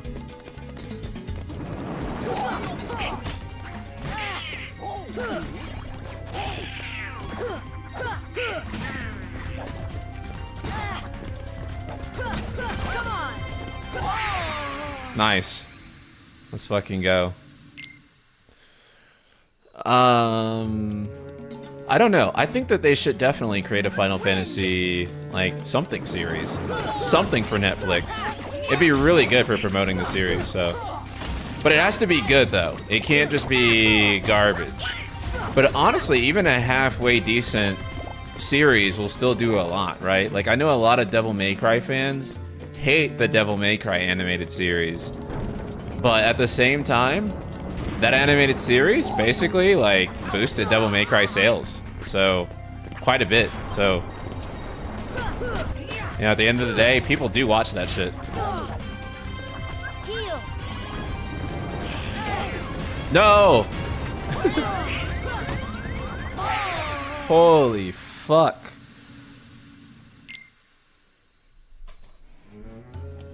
Okay. A different approach to this room is needed.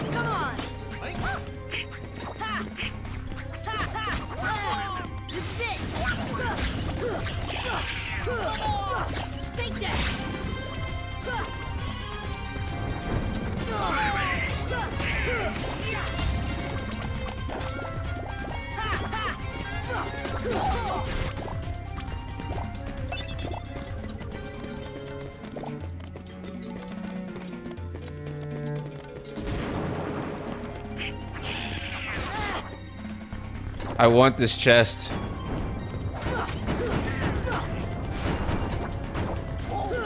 Really? Be better to defeat these guys first down here.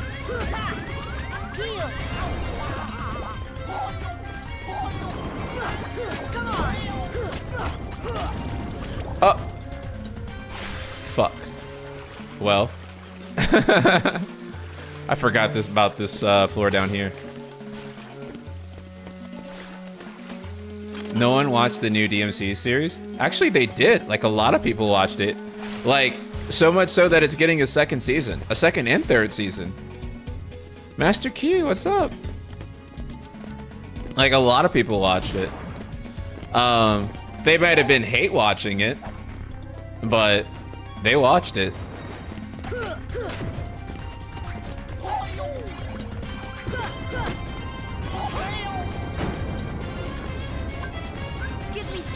We haven't summoned Simba yet.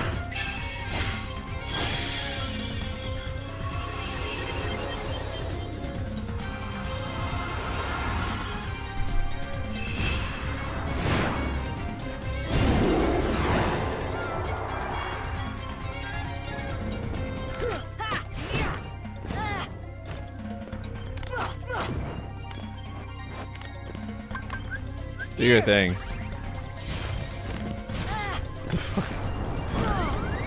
Oh my god. Oh god, okay.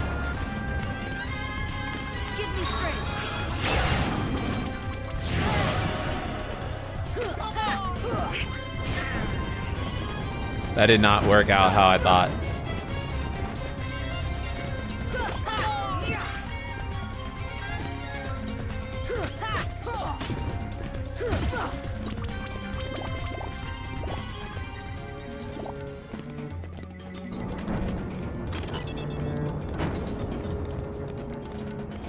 But yeah, the animated series definitely, I hate watch still counts as a watch. Yeah, so I mean it succeeded pretty well. It had really decent viewership. So like I said, whether people like it or not is one discussion, but people were hate watching it. Oh fuck no! Does Final Mix have, does KH1 Final Mix have critical? No, and it does not need critical. Proud mode in KH1 is hard a fucking enough. It is more than hard enough. You do not need critical for KH1. KH1 proud mode, basically every critical mode after KH1 is basically KH1 proud mode.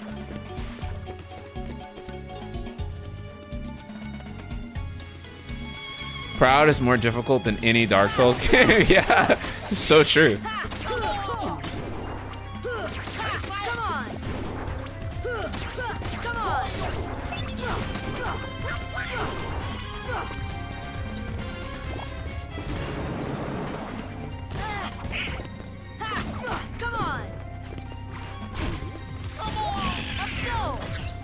Oh my fucking god. I thought I would stay on like the level like while I did my Sonic, but no, you fall off and then it cancels out of it.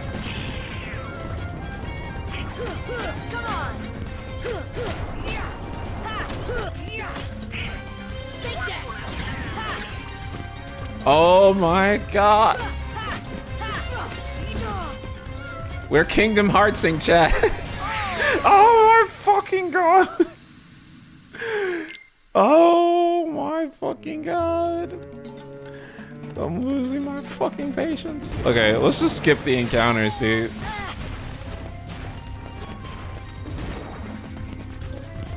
Holy fuck. Holy fuck. Jesus Christ.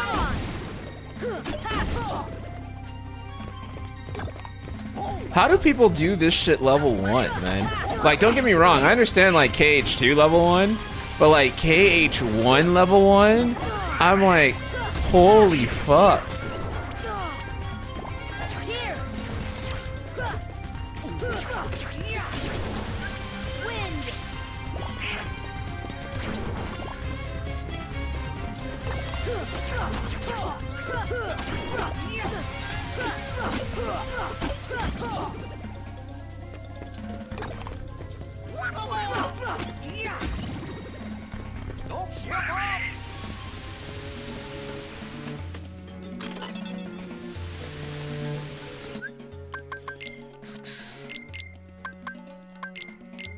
Let's see.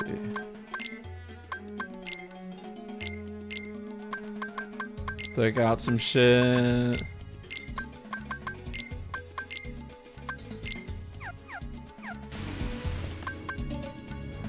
Heal.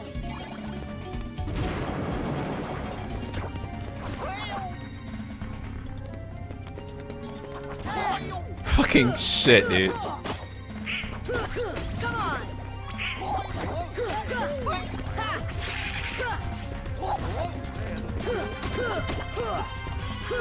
When do I get guard again? Heal. Like, that would make so much of this so much easier.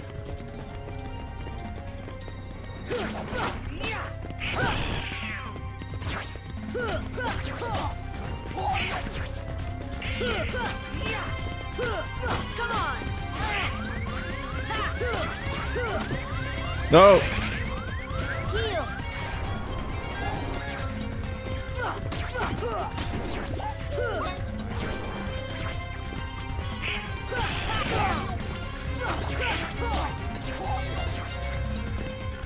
Heal.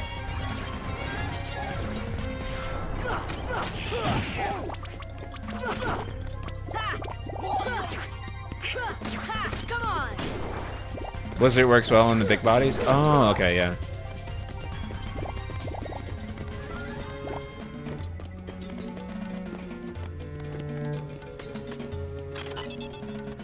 Defense up, nice. Oh, dude, we got a couple of defense ups. We should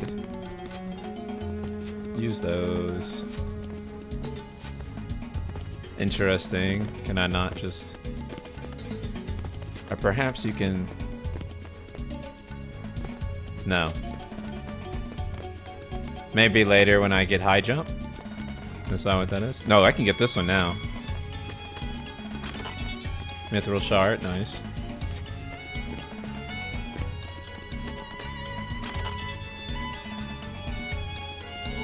Mithril shard, let's go.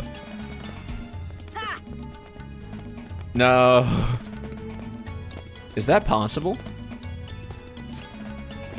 Can that be done?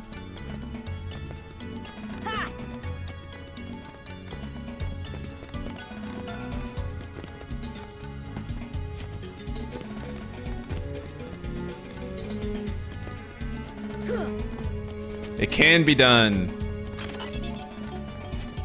Let's go. It won't budge. Keep exploring the ruins.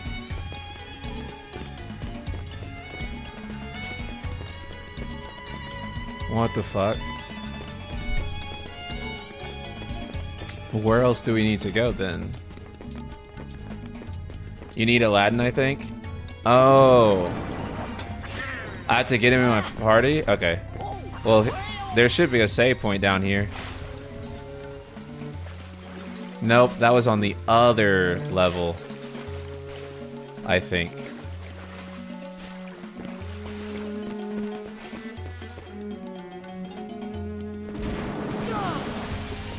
Fuck me.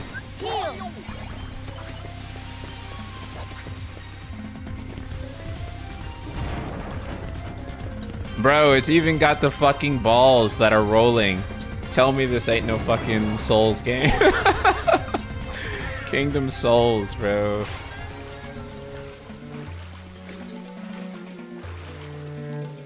Dang, like just one of these drop points we just went through had a... Just had the fucking thing, dude.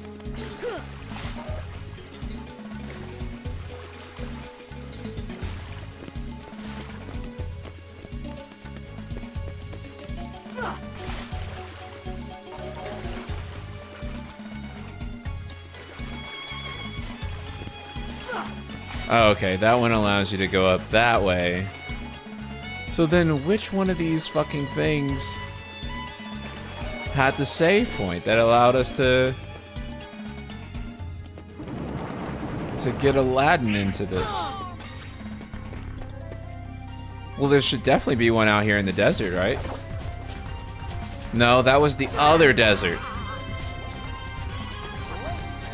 What the fuck? fucking... Heal.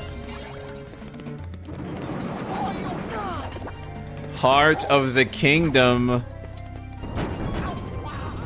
Heart of the Kingdom. Finalist mix.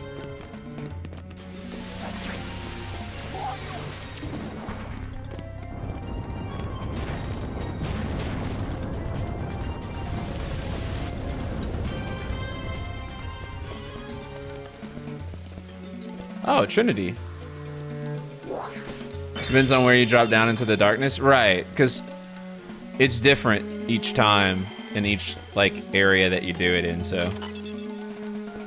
RG.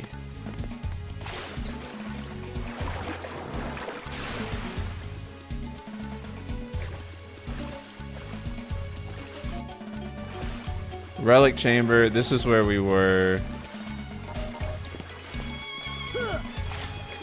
And then that's blocked by that.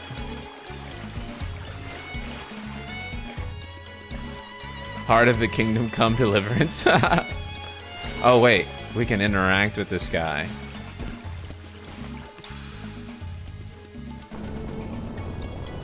Oh, I forgot that was a thing.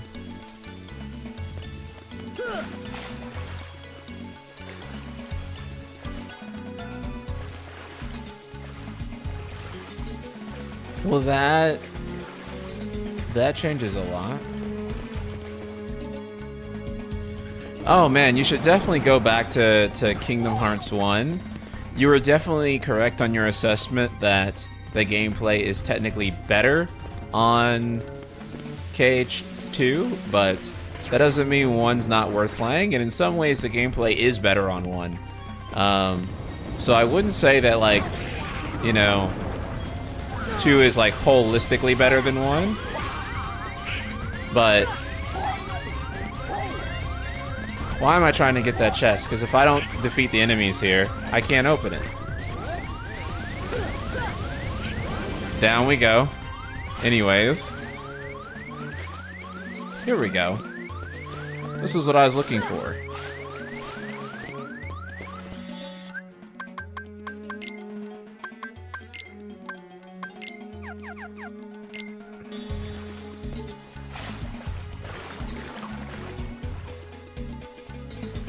It's kind of insane that you can swim up waterfalls, though. Like, what in the video game logic? Just imagine, like, a fucking Giga Chad swimming up a waterfall. Like, how fucking funny that would be. That's some shit Night Sky King could do, for sure. He could swim up waterfalls. Oh my fucking god, I have to do this fight again. Okay.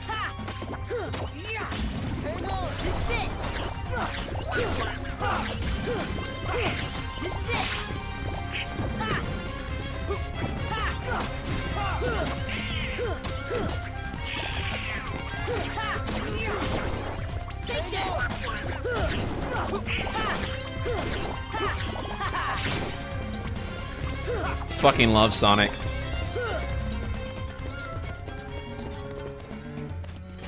Okay, so Aladdin is not the key. And you can't activate these monkeys. They're not like the blue ones.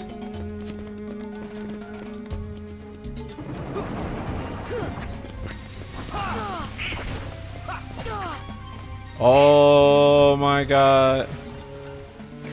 Okay, chat. It's okay to backseat. Where the fuck do I need to go next? What am I doing? Where am I going wrong here? Here. Oh. Nice. Okay. Why the fuck are we talking about cancel culture in the YouTube chat? Look, what is going on? Okay, anyways, what the fuck are we doing? Honestly, this is What the Fuck Are We Doing, the video game. You can't go up here where those things spawn, no. I'm not missing that. D-Replay, what's up, man? Dude, I'm like...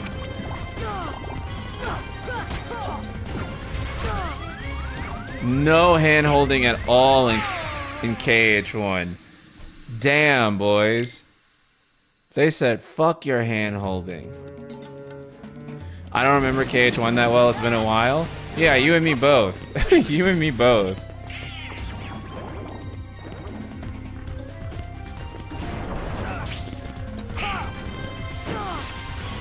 Fucking shit, dude. I'm so cooked. Where the fuck do I go next?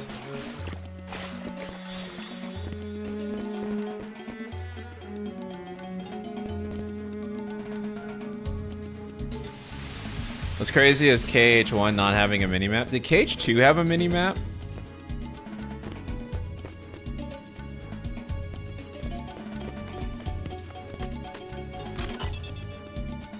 I don't even remember. Gotta go back to the bottom and explore more? Okay, cool. Yeah, KH2 did not need a minimap at all. Like... That is the least mini-map needing game ever. Honestly, why the fuck does Final Fantasy 13 have a mini-map as well? That's also a game that, like, it having a mini-map is, like, kind of goofy. Because it's like, nothing about that game needs a mini-map. FF13 would actually be a slightly better game without a mini-map. Because then it'd be a little bit more immersive, right? In terms of, like, just focusing on the environment.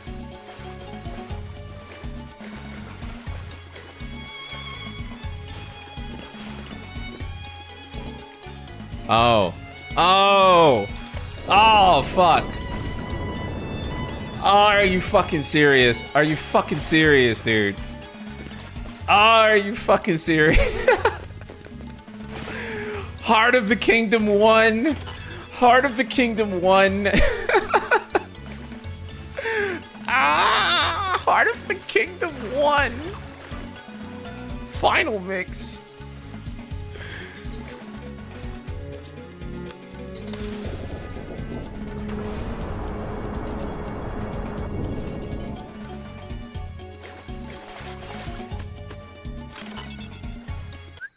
Oh, let's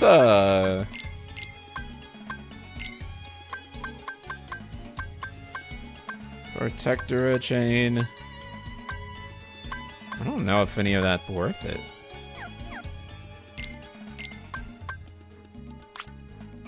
Wait, do I get a 4th MP? Oh, I do. Oh, that's worth it.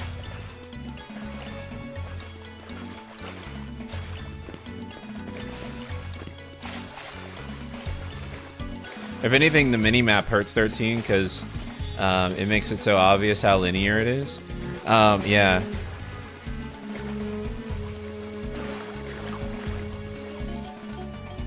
Honestly, I think that Final Fantasy X shouldn't have had a mini-map either. I don't think it needed one. Your arrow should last a bit longer now with extra MP. Yeah. Okay, do we need more monkey? Okay, it's like, what the fuck? Fuck me.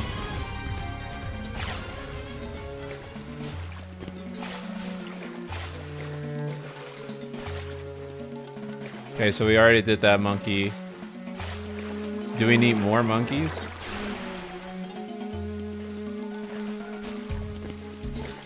Yeah, I guess linear games don't need minimaps. Yeah, I think linear games are better without minimaps.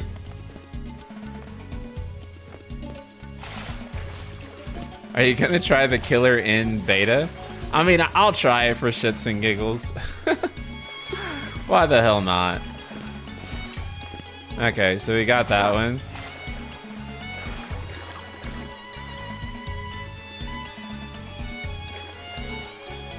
If I get an invite... There's a hidden room down here. Okay. Interesting. Oh, hidden room. Hidden room. Okay. Sweet.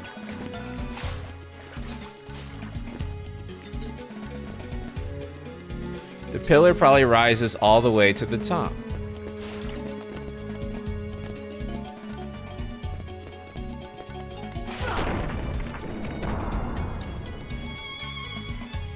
Okay, we just did something interesting then. That was insane, man. Holy fuck. My first wish, Genie. Show me the keyhole.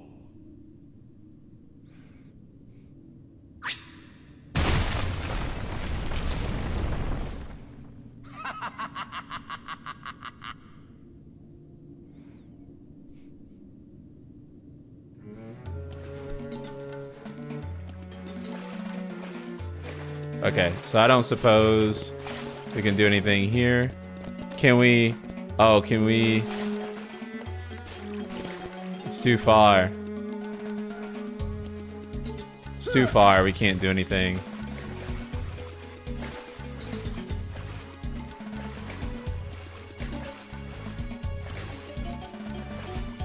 Is this as bad as the Frozen level? No. I would never say that these levels are bad. By any means. Like, the whole point is that they are challenging. Like, they are fucking hard. And, like, you have to get good. They are very brutal for a kid-friendly game, quote unquote.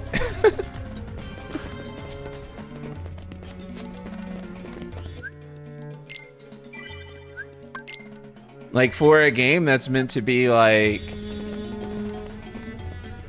played by kids as well, it's just very,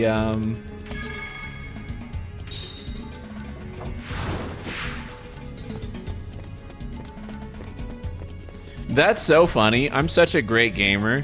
I did that without, like, being supposed to be able to do that.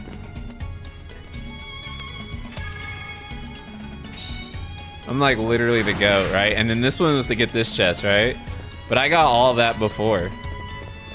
Because I'm the best gamer of all time. That's so crazy. Why did God make me this good, chat? That boy again? He is more persistent than I expected. Why not explain the situation to that boy, Riku? Doing so may actually prove useful to our... Wait a second. Are you Maleficent? Jafar, let Jasmine go! Not a chance. You see, she's a princess. One of 7 who somehow hold the key to opening the door. Open? What door? But you fools won't live to see what lies beyond it. Genie, my second wish, crush them! Genie, no! Sorry, Al. The one with the lamp calls the shots. I don't have a choice.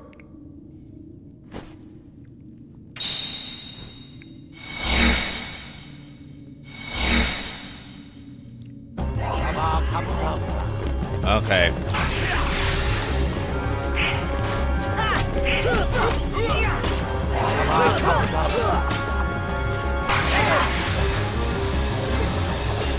That's gonna hurt. Come on! From Zabudabasa. Heal!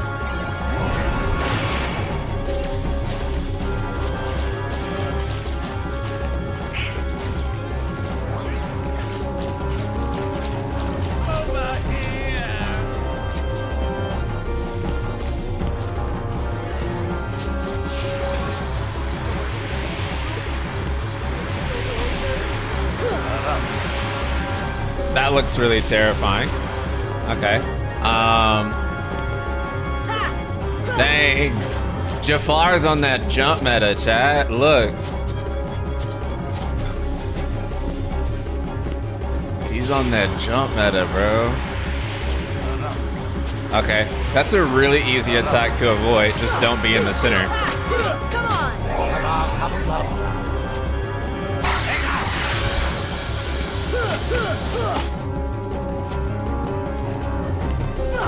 Come on! He definitely countering the jump meta for real, dude. Holy fuck. Okay. We got his ass, though.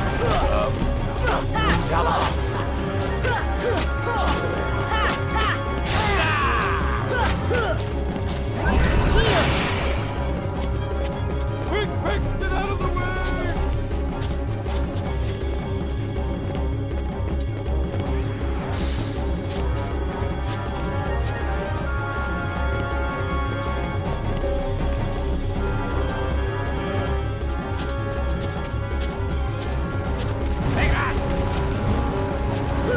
Come on! Okay.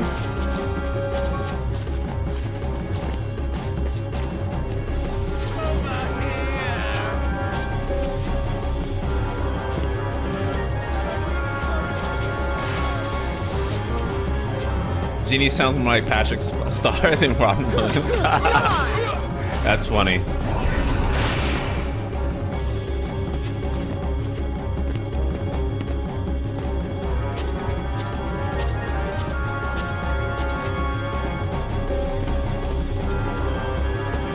Defense! Oh my god, bro. Stay your ass there. Thank you. Come on! I'm Heal! really sorry about this. Run! Ah! Watch out!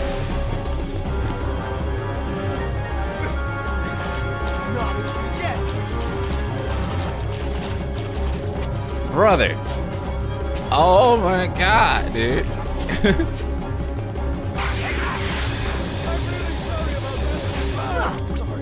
Oh my god.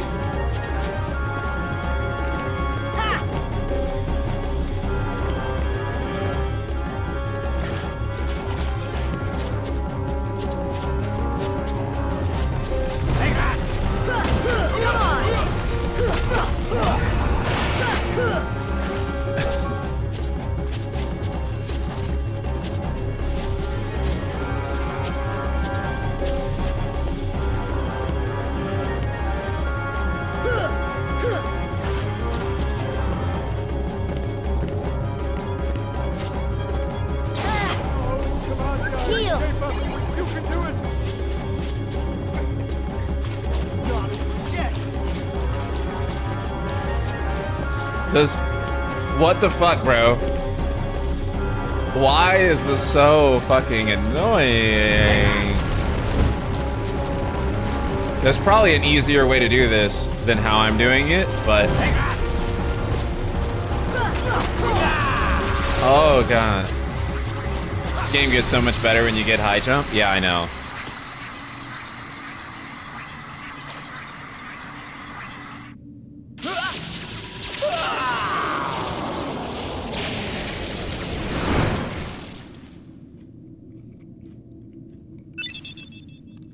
Bizarra.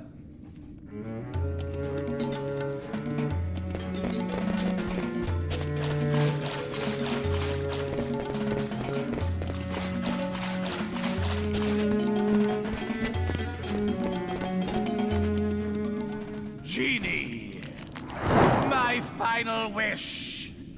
I want you to make me an all-powerful genie!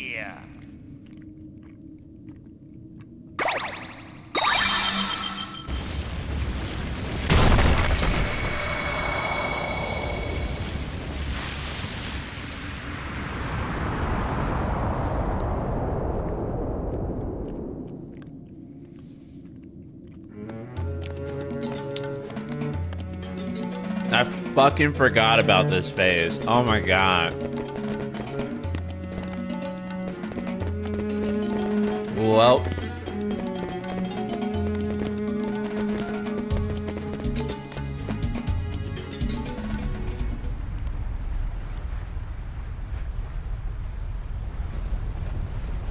Here we go.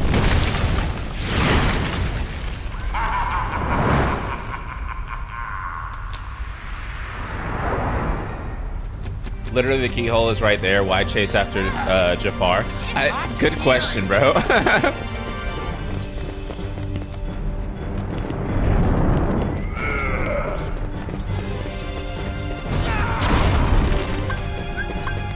Deep freeze. No. Okay.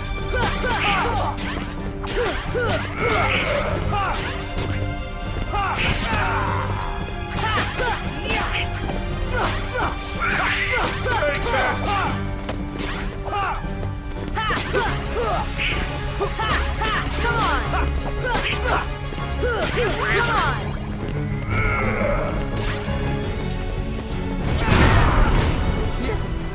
Hang on! Come on. Come on. Come on.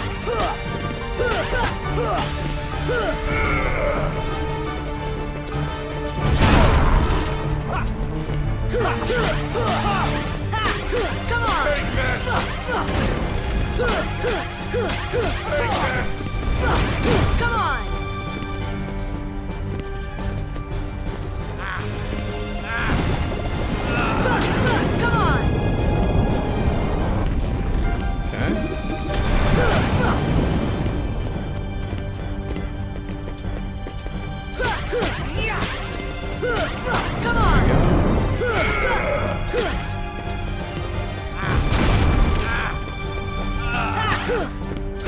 Power.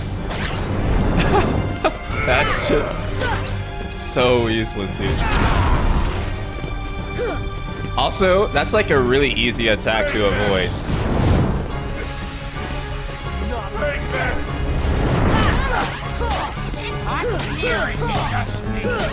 Come on. Okay. Heal. He's got some hands, literally.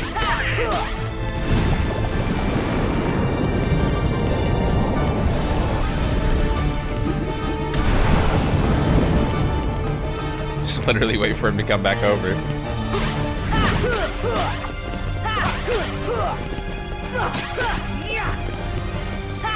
Come on.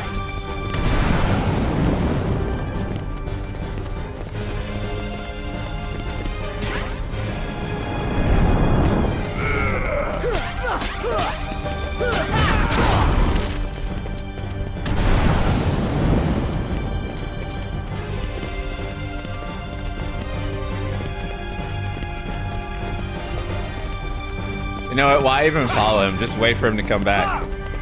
It's easier that way. Come on. Am I wrong to say that's the worst boss fight in the game? Like both phases, honestly. Okay, Jafar. Back to your lamp. Like that's the worst boss fight in the game.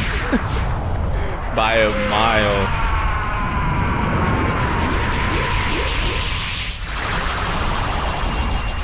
Actually, I don't even know like what they were thinking with that one. That was just like... That is like definitely the worst boss fight in the game.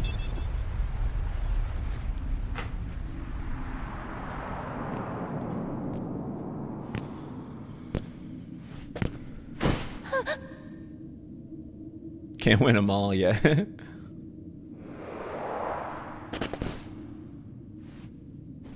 Jasmine? Jasmine!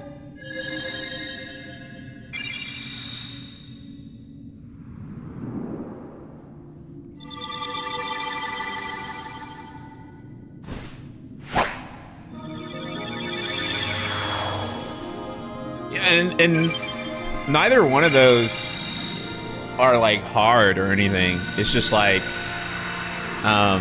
neither one of those phases, I mean. It was just like they were kind of like a little too easy and like just like really straightforward.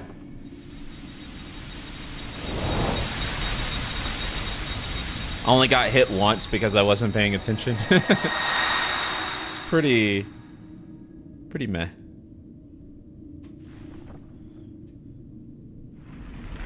Ursula's the worst? Oh god. Oh, we better get out of here.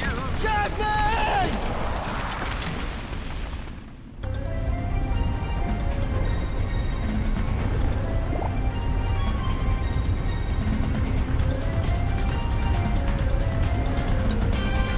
Why would we go for HP and MP orbs here? Is there a reason? Holy crap, the controls for this are terra bad.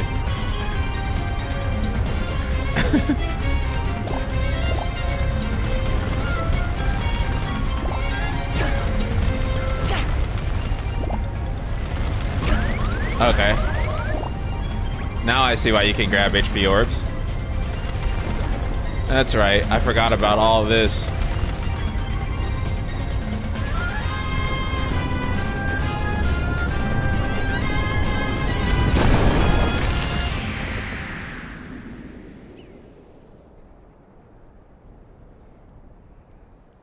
So Jasmine's no longer in Agrabah. Sora, let's go find her. Sorry, I can't take you with me. Why not? I sure wish we could, but we can't. If we take him to another world, we would be meddling. Aladdin, we'll find Jasmine, I promise. Earth to Al. Hello, you still have one wish left. Look, just say the word. Ask me to find Jasmine for you. I wish for your freedom, Genie. Al!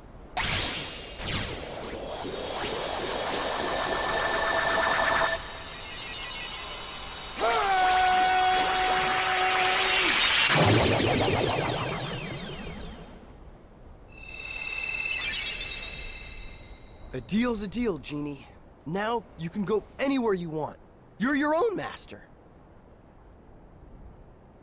But if you can, it'd be great if you could go along with them and help Sora find Jasmine.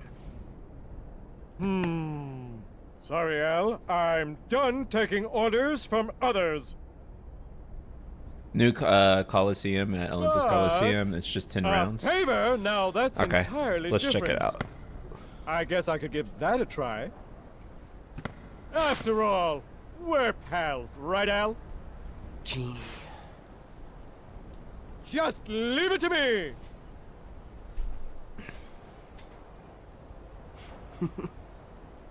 Iconic as fuck, though.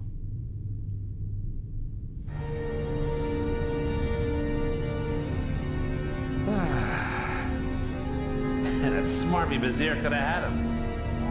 If someone had stuck around to give him a hand. Hey, I did my part. I brought the princess, didn't I? Jafar was beyond help, consumed by his own hatred. One should beware of letting it burn too fiercely.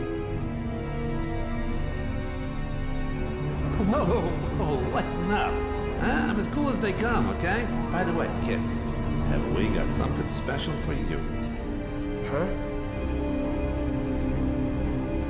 We had a deal, yes? You help us, and we grant you your wish.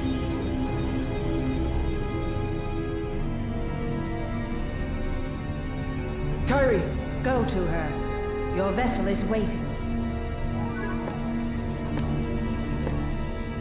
Just remember, this is no pleasure cruise. It won't be a pleasant voyage. Why are you doing all this for me? What's the catch? Catch? What's the catch? Silly boy. You're like a son to me. I only want you to be happy. I seriously doubt that. Believe what you wish. But lest we forget, I kept my end of the bargain.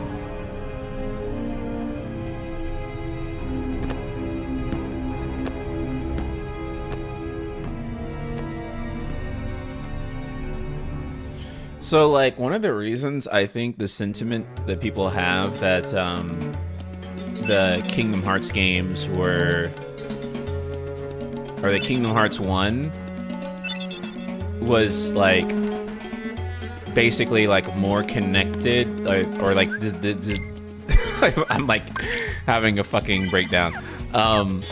The fact that the Disney villains felt more connected to the plot is because instead of having like all of these original characters like Organization 13, the Disney characters actually filled in that role, right? The Disney and Final Fantasy characters filled in all kinds of roles which is kind of what made the collaboration work its best with Kingdom Hearts 1, and why in other games I think it struggles like a little bit more for people, because we can revisit some places and unseal some more trinities. Oh, what the fuck? I skipped it. Be the torn page from Merlin's book. Let's return to town and give it to him. Okay.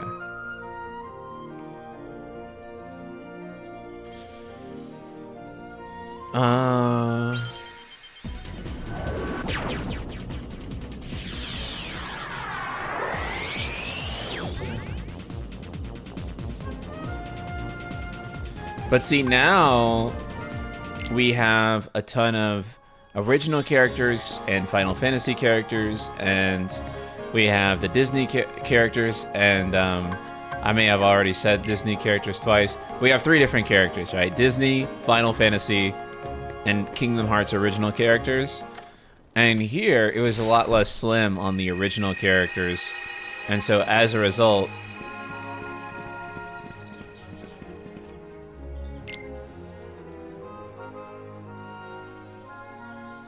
Merlin will give you a new Keyblade? Oh, sweet.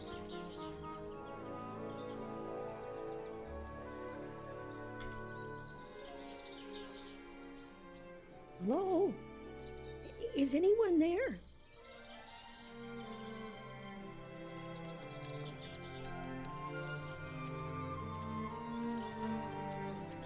What am I to do?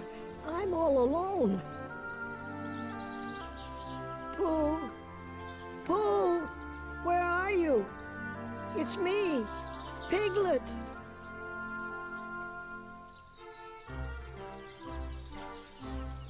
Yeah, I'm excited that I got Gart now.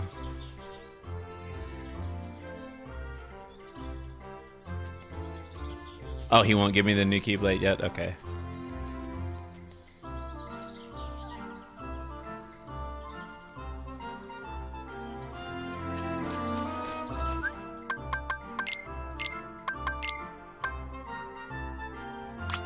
Three wishes.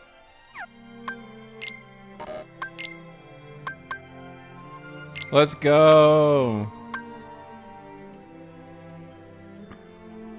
Stand ground combo by 1. Should we do that or counter attack? We'll do that. We got it. Wait, where did he just go?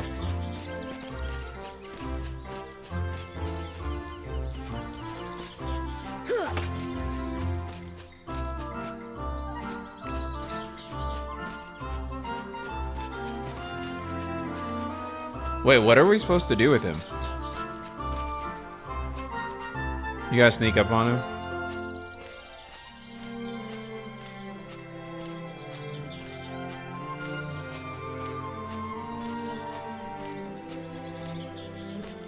Wait, sneak up on him and do what?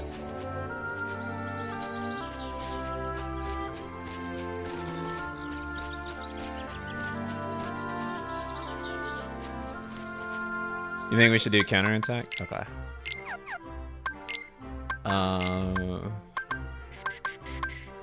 What I do? Combo plus counterattack? Yeah.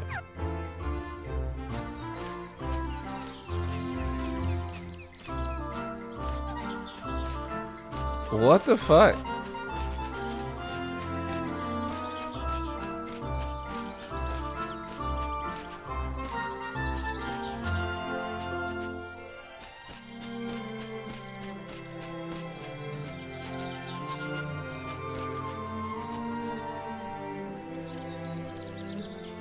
From behind? Okay.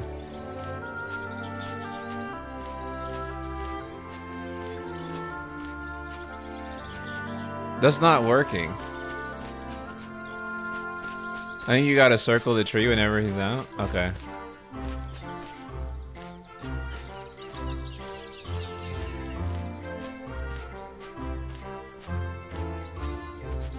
Okay, there we go. Oh dear, I was just, never mind. I'm sorry.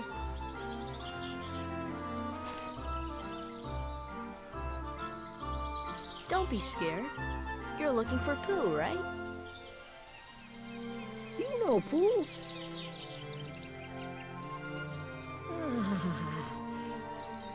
Oh, you see, I have something for him. I have to take it to Pooh right away. Oh, Pooh!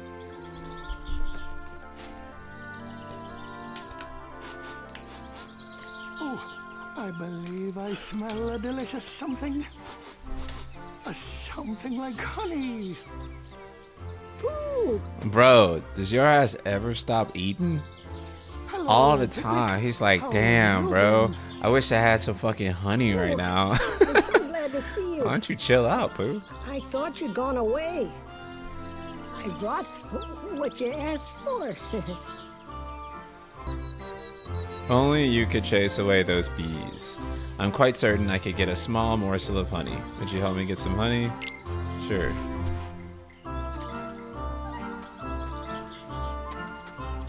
Oh, hello there, Al. Good day, Pooh. What are you doing? You willing to get some honey? Splendid idea. Allow me to offer a few pointers.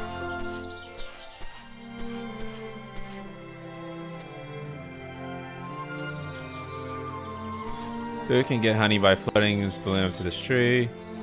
This is optional, right? I believe. Optional minigame, because you don't have to complete Pooh's world to beat the game, I'm pretty sure.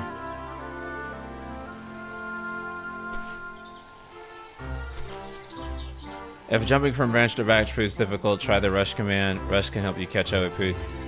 It's fully reliable. Okay, cool.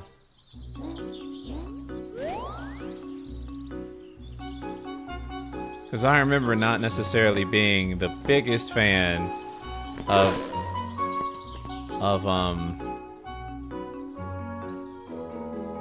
Pooh's mini games.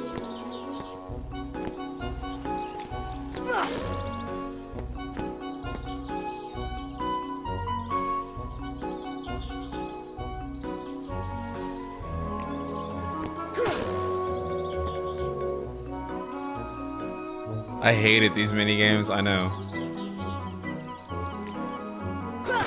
Yeah, I know, you can only like semi-progress until you find the next page.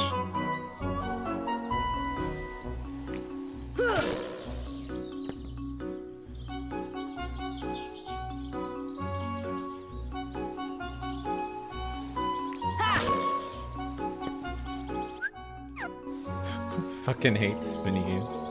They're more fun in KH2. Yeah, for sure.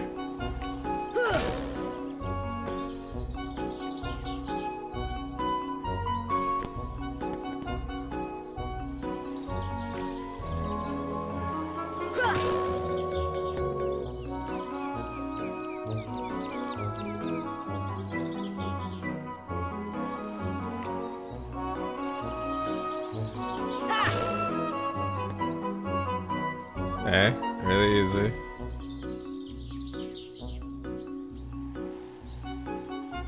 Okay. Bro, what is you taking your time? We're out here killing an endangered species so that this fucking bear can eat honey when he's already had enough. The utter capitalist greed of Winnie the Pooh cannot be checked. These minigames are definitely PS1 / PS2-esque. They're so old. Yeah, I know. Like, it's like classically.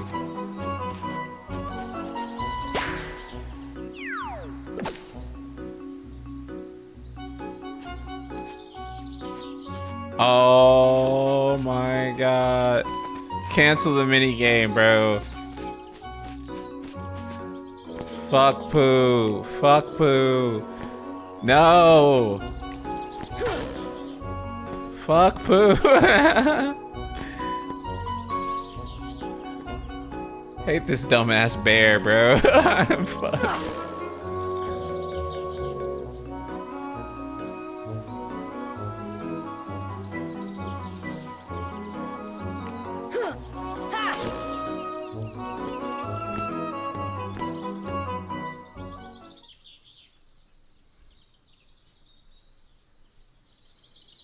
Look at him.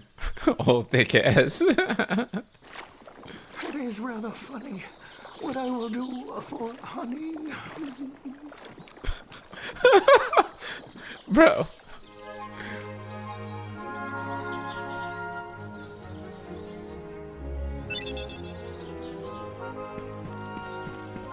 Let's get the fuck up out of here.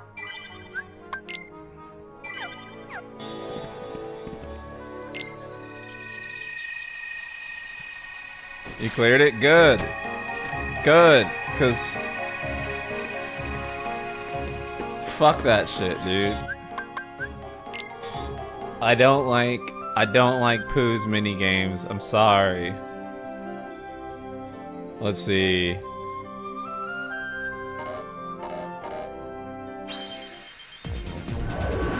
Talk to Fairy Godmother? Fuck.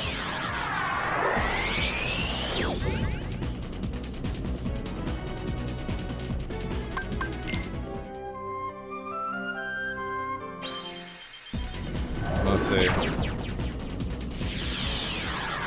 Let's go back and talk to her. Oh, then let's go to the Coliseum, I guess.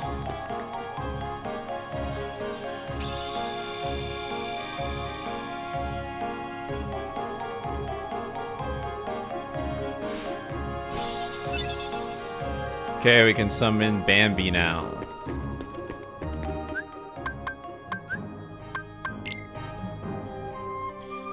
Dude, Pooh's a crackhead, like, straight up. You saw the way he was like, oh, I can't help it. The honey is so good. That's not normal, bro. Good help, Pooh. Bambi is actually busted, by the way? Okay, sweet.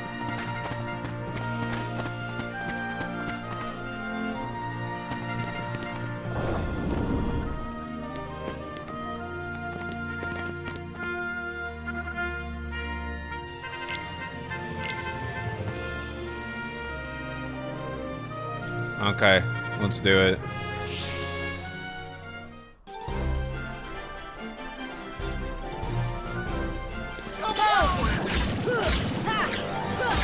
Level up. Let's go.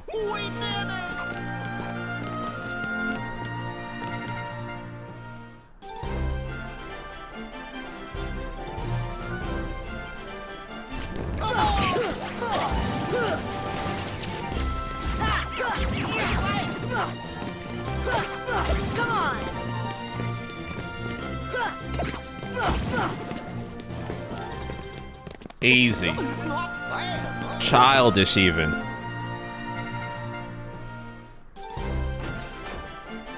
Okay, let's fucking go. Let's fucking go. Let's fucking go. Let's go. Let's go.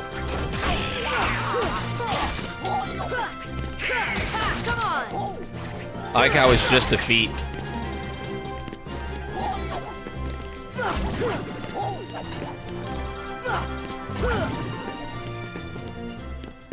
Nothing to it. Chat, this might be the easiest baby game ever made. It's definitely not a Souls, not at all. Easy ass video game. We're just autopiloting this shit.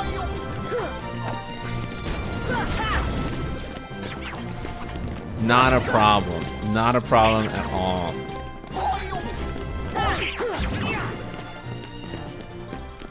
Oh yeah.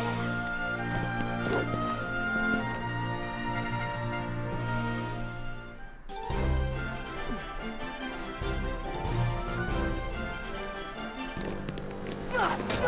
on. This is it. Hit everything but the enemy I wanted to hit. Nice. Classic Sonic.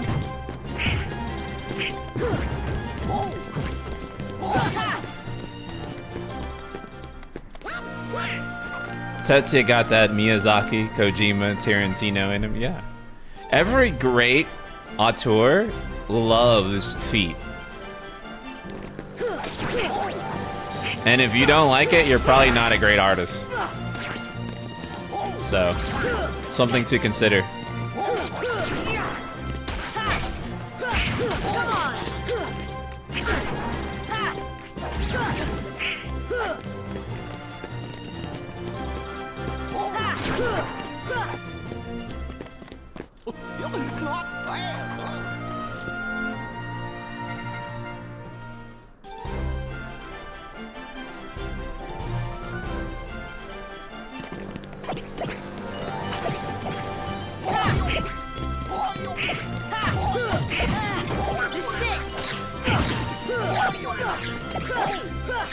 Awesome. Amazing. Sonic. Great move.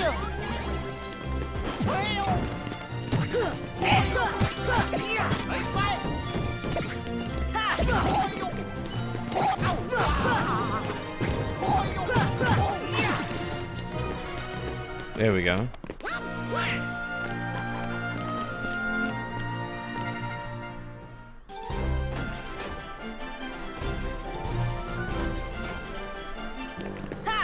Come on! Heal!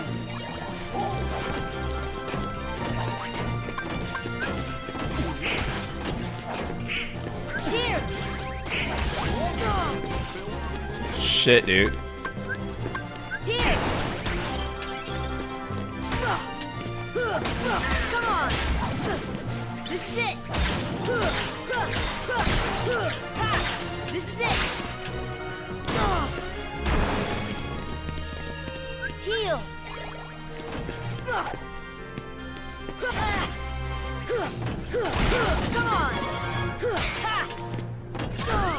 Oh. Here!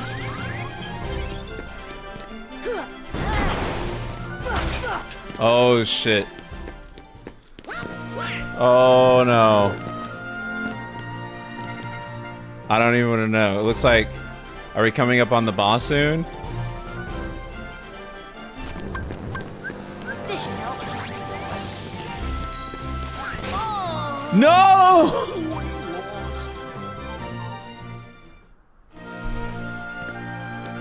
Okay. We'll come back to this.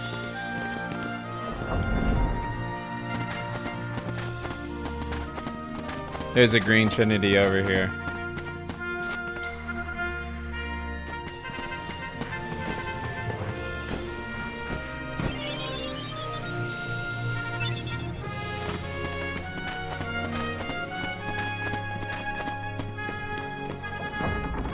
It's okay, when we come back, I'll be stronger. And so it won't even matter, right? Because I'll be so strong that... I'll be so strong that it'll be easy to get through. So, it's all good. We have not upgraded the gummy ship yet.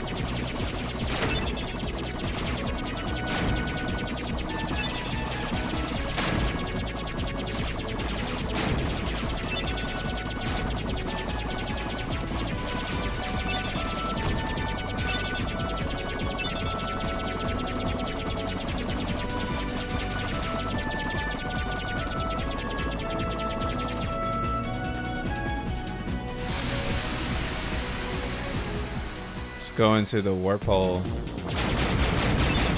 Oh shit.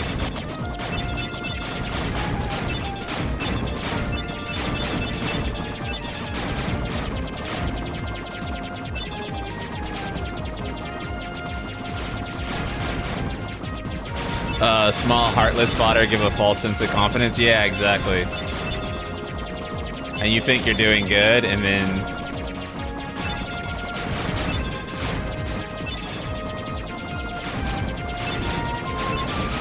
don't go into the warp hole? Oh shit. I went into it because I can't resist a warp hole whenever I see one, dude. It's that Star Fox 64 dog in me.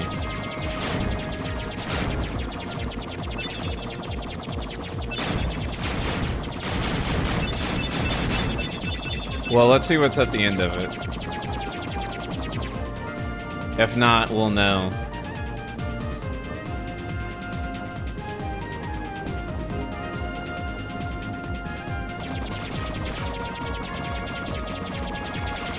I think you're going to Atlantis. Oh, fuck me.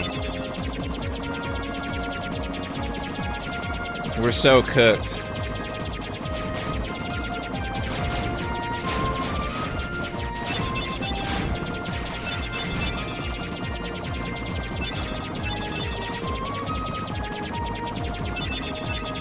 I fucking forgot. Oh my god, no, you're right. Because we took the warp hole? That's so fucking funny. We ended up back where we were. Oh my god. Okay, yeah, don't take the warp hole, because that's the warp hole. It just like leads back into there. Really dumb. But okay.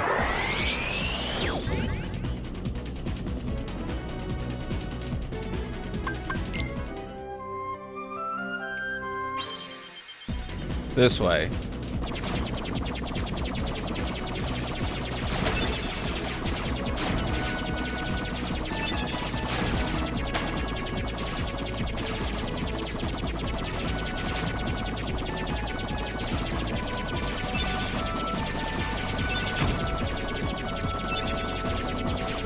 Okay, do not take the warp hole.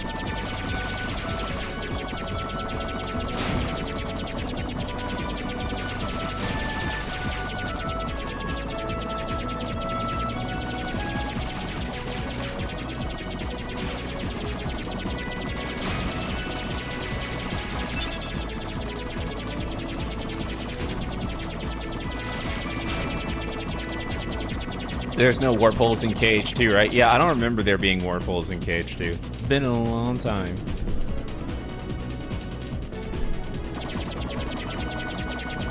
But I don't remember there being any now.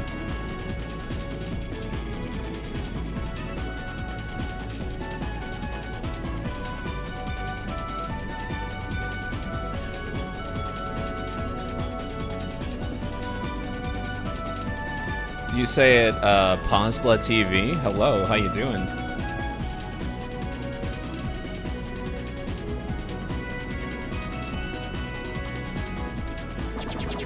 Honestly, I've never, like, really got deep into gummy ship customization.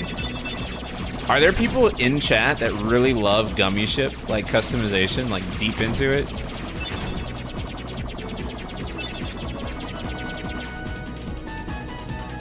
I figure that nowadays people only do it for the trophy.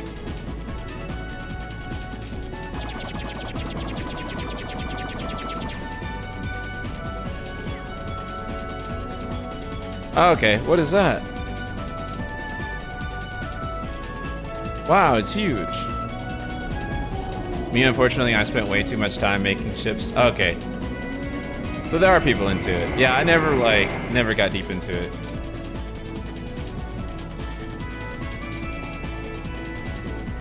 Monstro. He's a whale of a whale and vicious besides.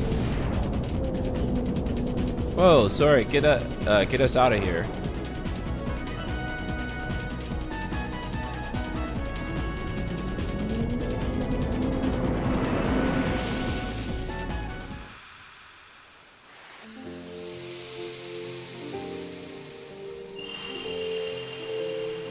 You sure you didn't hear it this time?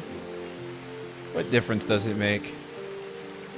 There's a huge monster in there, I tell you.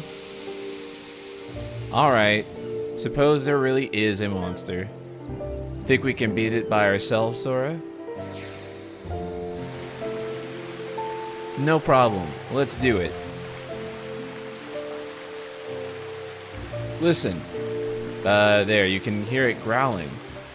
Shh, quiet. You've got to be careful. See that? It was just the wind making that noise. Oh man, I wish it was a monster. What's that over there?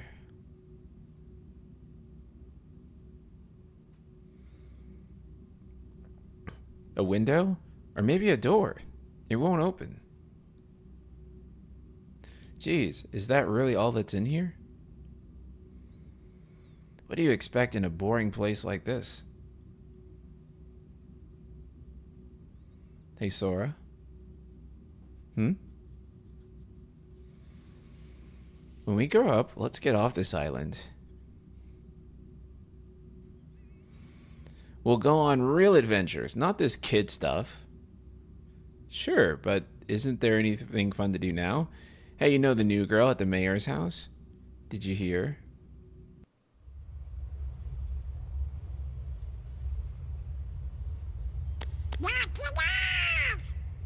Hey, Sora! Are you okay? What are you guys doing? Where are we anyway? Whoa! Oh, you know, I think that big old whale Monstro just swallowed us. And for today's weather, expect showers. Oh, heavy showers. Ow! Who's there? It's me! I told you guys this was the Souls. Literally, Lies of P. Pinocchio? Pinocchio! I rest my fucking case. Pinocchio! Come on, everybody, after him, quick!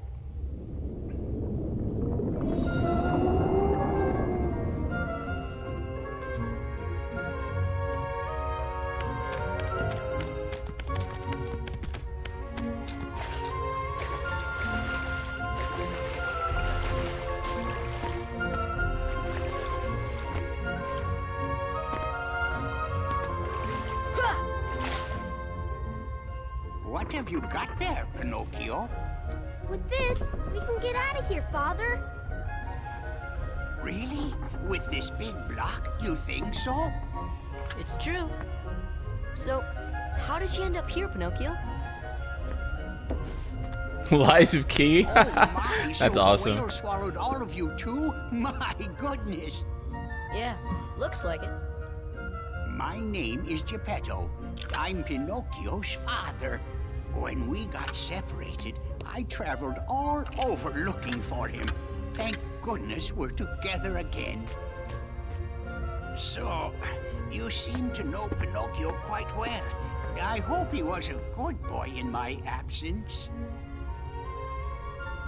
Well, we've all had quite a journey, right, Pinocchio? Pinocchio! Pinocchio.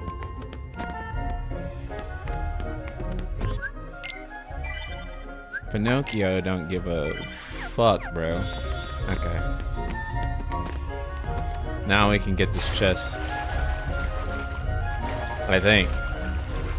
That's right, you can't jump out of water. Now listen, jumping out of water logically makes no fucking sense.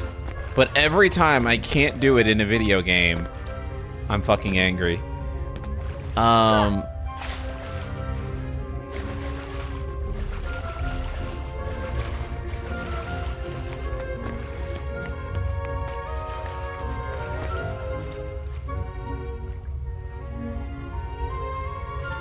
Fuck it.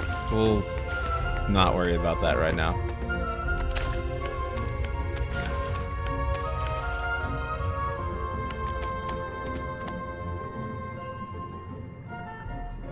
What are you doing? Come on, let's go back. You know, Geppetto's awfully worried about you.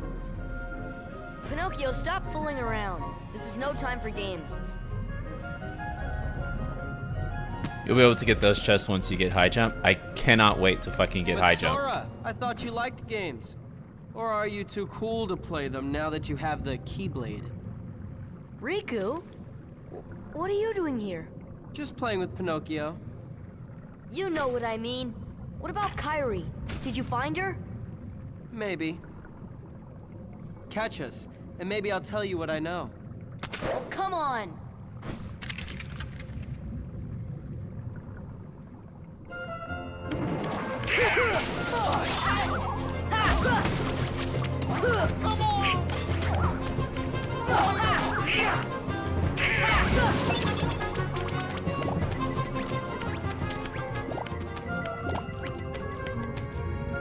They giving out big warps here. Let's see.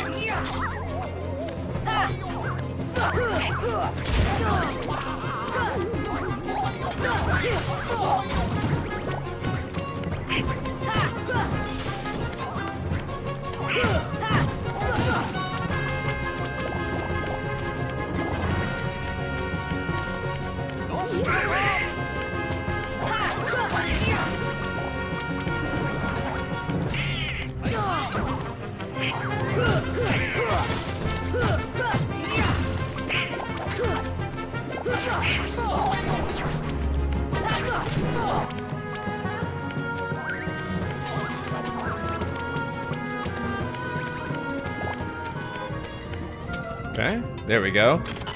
Yeah, dude, we got the big balls out now.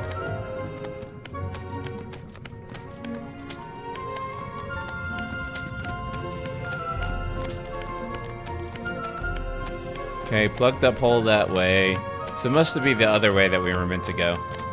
So let's go back into chamber 1, or whatever, and let's go up into this hole. Come on! Come on!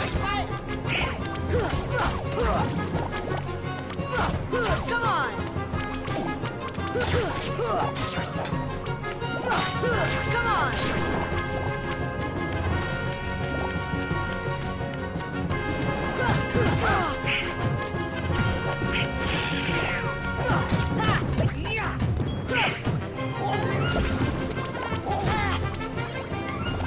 Heal! Wind!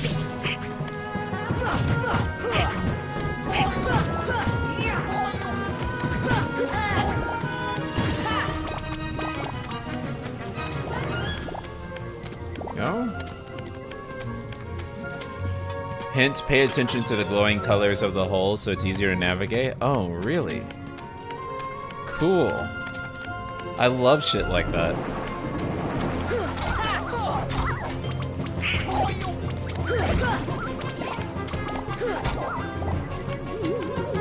Dude, let's just go through here. It's just really easy to fall off. Oh.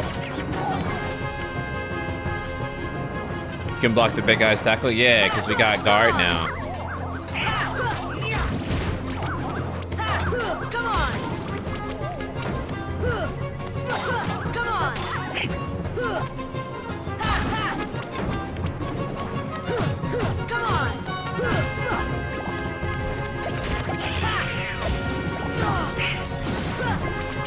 There we go.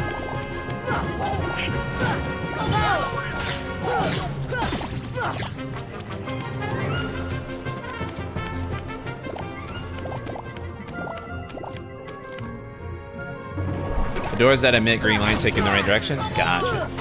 That's a really nice way of guiding you without being too handholdy. But also, so many of the environments, so many of the zones here are gonna look the same that it definitely feels necessary to have something to have the player so that they're not running around in circles.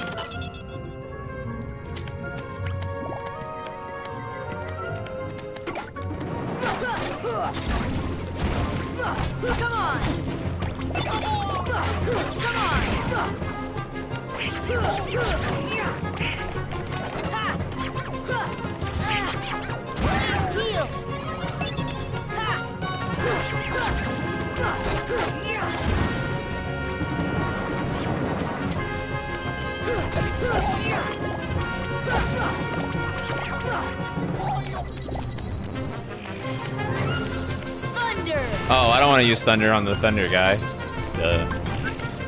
See ya. There we go.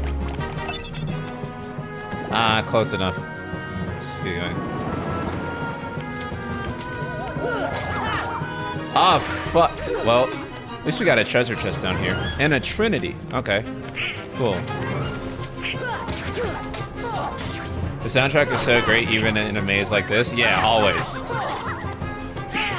I think that Shimamura is like an amazing composer, and she's done such a great job with this series, honestly. Come on. Heal.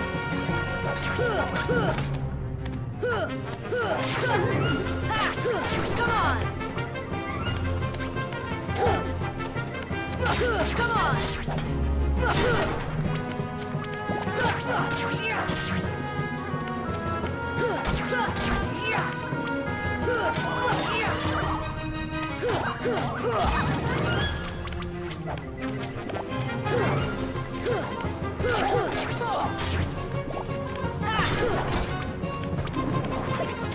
Damn, bro, how many fucking enemies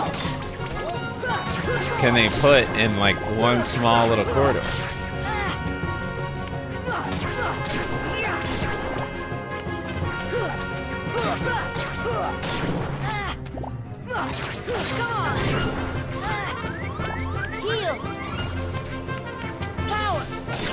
Just to like wipe them out fast. Jesus Christ.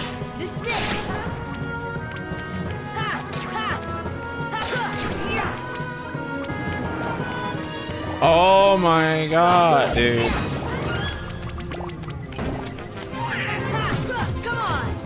Great place to level grind, by the way.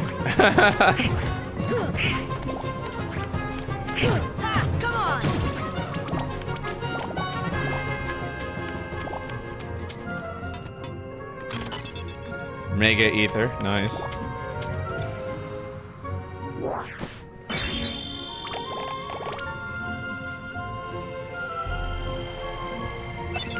Oh, big money. Big money. Oh, big money. Let's go. Okay. And then Bandaga G. This door does not glow green, but unfortunately we fell off, so like literally fell off. And we cannot get back up there. Oh, we can. Oh, let's go. No.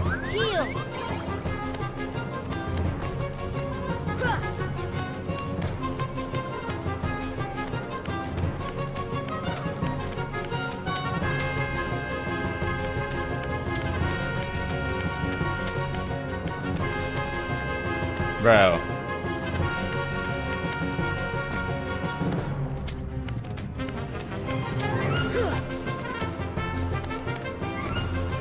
And then there's no way to get back up there. And you're just kind of stuck in a battle too.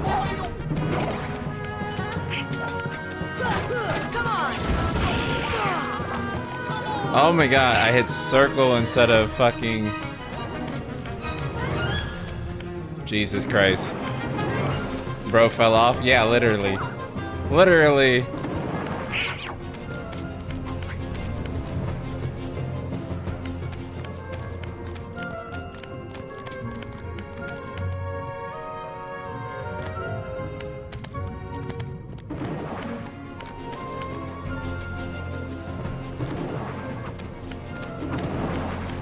There we go.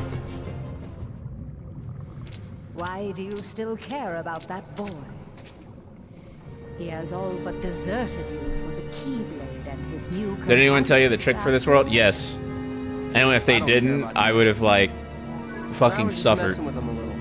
Oh, really? So I'm very glad they did. Beware the darkness in your... It's actually very funny because as a kid, I just brute forced this world. Actually, I think I brute forced this whole game.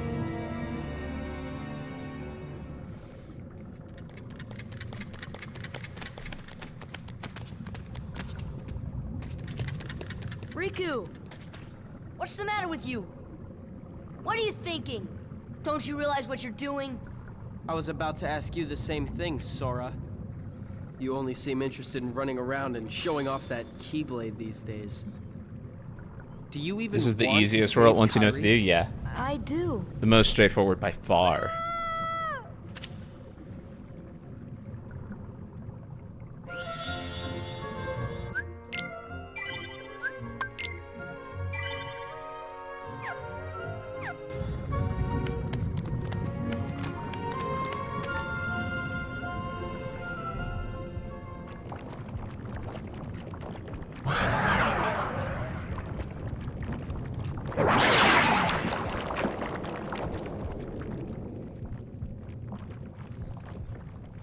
You up for this?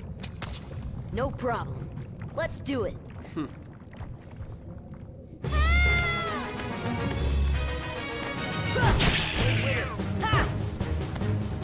Let's see. How do we do this? Of course, jump slop. Let's go.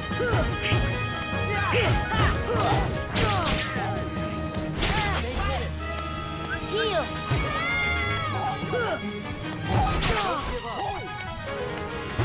Maybe? Let's see.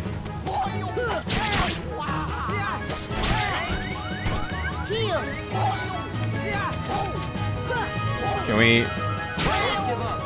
Heal. No, damn. I'm like wasting all my MP here. Okay, so you can't hit him from the back. You have to hit it from the front. So it just seems like you wait for him to do like that move. Or he goes like that. And then you could just... You could just like literally cheese it that way.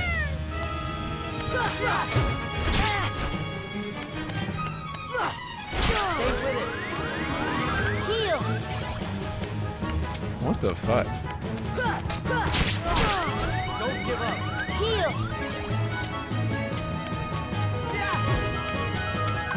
Attack from the front, only arrow helps? Okay. Let's try.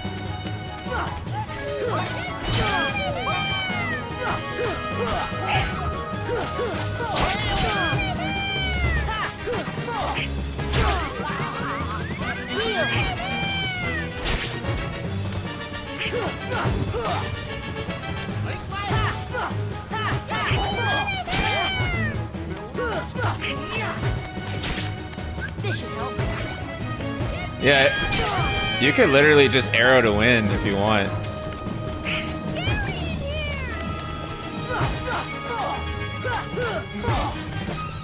Huh.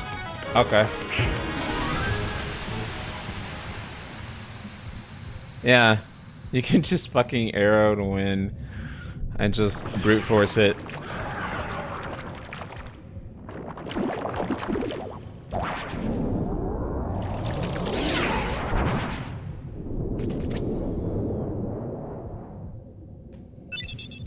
Goofy learned cheer.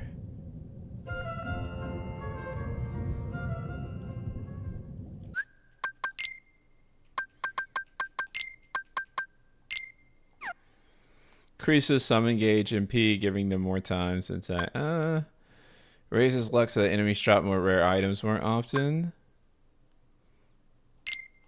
Tornado sounds cool. Let's do that. And then I guess we can make enemies drop more.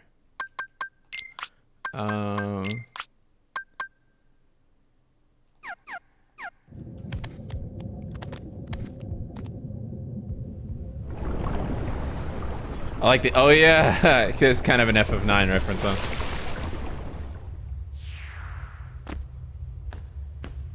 Pinocchio! Pinocchio! Please, give me back my son! Sorry, old man. I have some unfinished business with this puppet. He's no puppet. Pinocchio is my little boy. He is unusual. Not many puppets have hearts. I'm not sure, but maybe he can help someone who's lost theirs. Wait a minute. Are you talking about Kairi? What do you care about her?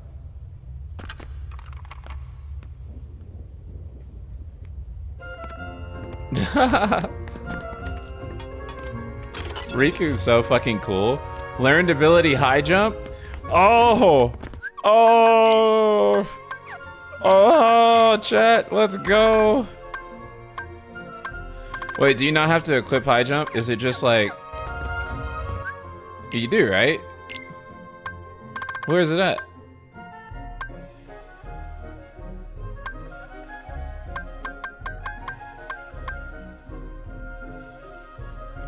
Oh, it's under shared? Oh, okay. Not bad. Oh, that's it. This was the thing that it was missing. this, once you get high jump and you have the FOV mod, now KH1 feels like how you want it to feel. You know what I'm saying? Oh my god, dude. Oh, that feels so much better. Like night and day difference.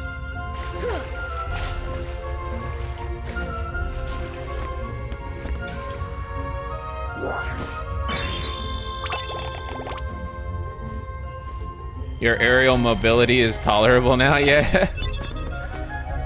Because in Kingdom Hearts 2, Sora kind of jumps like this by default, right? Because they kind of knew, like, the KH1 default jump is not great. But once you get high jump, it becomes pretty good. And also, too, I think the animation that he does with the flip is just better.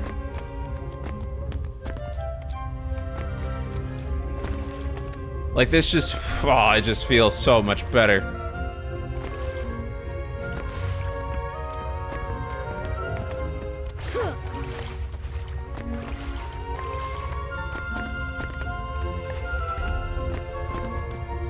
And then I love that they have these platforms here.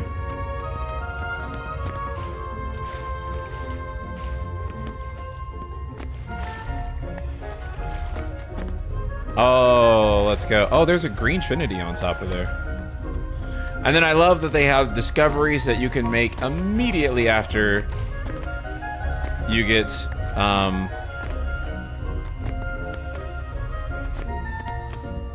interesting. Can you not jump up there? That's weird.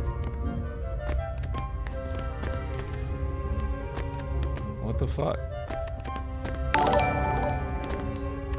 Musashi, thank you so much for the super chat. One of the best last games of Square by the father of Brave Fencer Musashi, who is currently playing modern Square Enix. Modern era Square Enix could never be me. Thank you so much for the super chat. And yeah, this is like one of the last greats from the Squaresoft era. Actually, I want to say, is this the last game that was like, or the last major game that was Squaresoft published before the merger? Oh, Unique lied? Okay, yeah, it has to be, because that's kind of bullshit though that Unique lied for this. Because, I mean, it's like right there, bro. It's literally right there. Yeah, I think that the level design in every KH game after 2 has been pretty boring. It doesn't really try nearly as hard, per se, as 2 does. For sure. I mean, as 1 does, sorry. 1 is just kind of the peak of level design in this series, so... Okay, I think we're gonna call it a stream here. We'll be back with more Heart of the Kingdom on Monday. Thank you guys for showing up. For those who weren't paying attention or present earlier, we do these streams Mondays and Fridays until we complete the whole game. So I hope you will join the next time as well. All right, love you guys so much. I'll see you on Monday.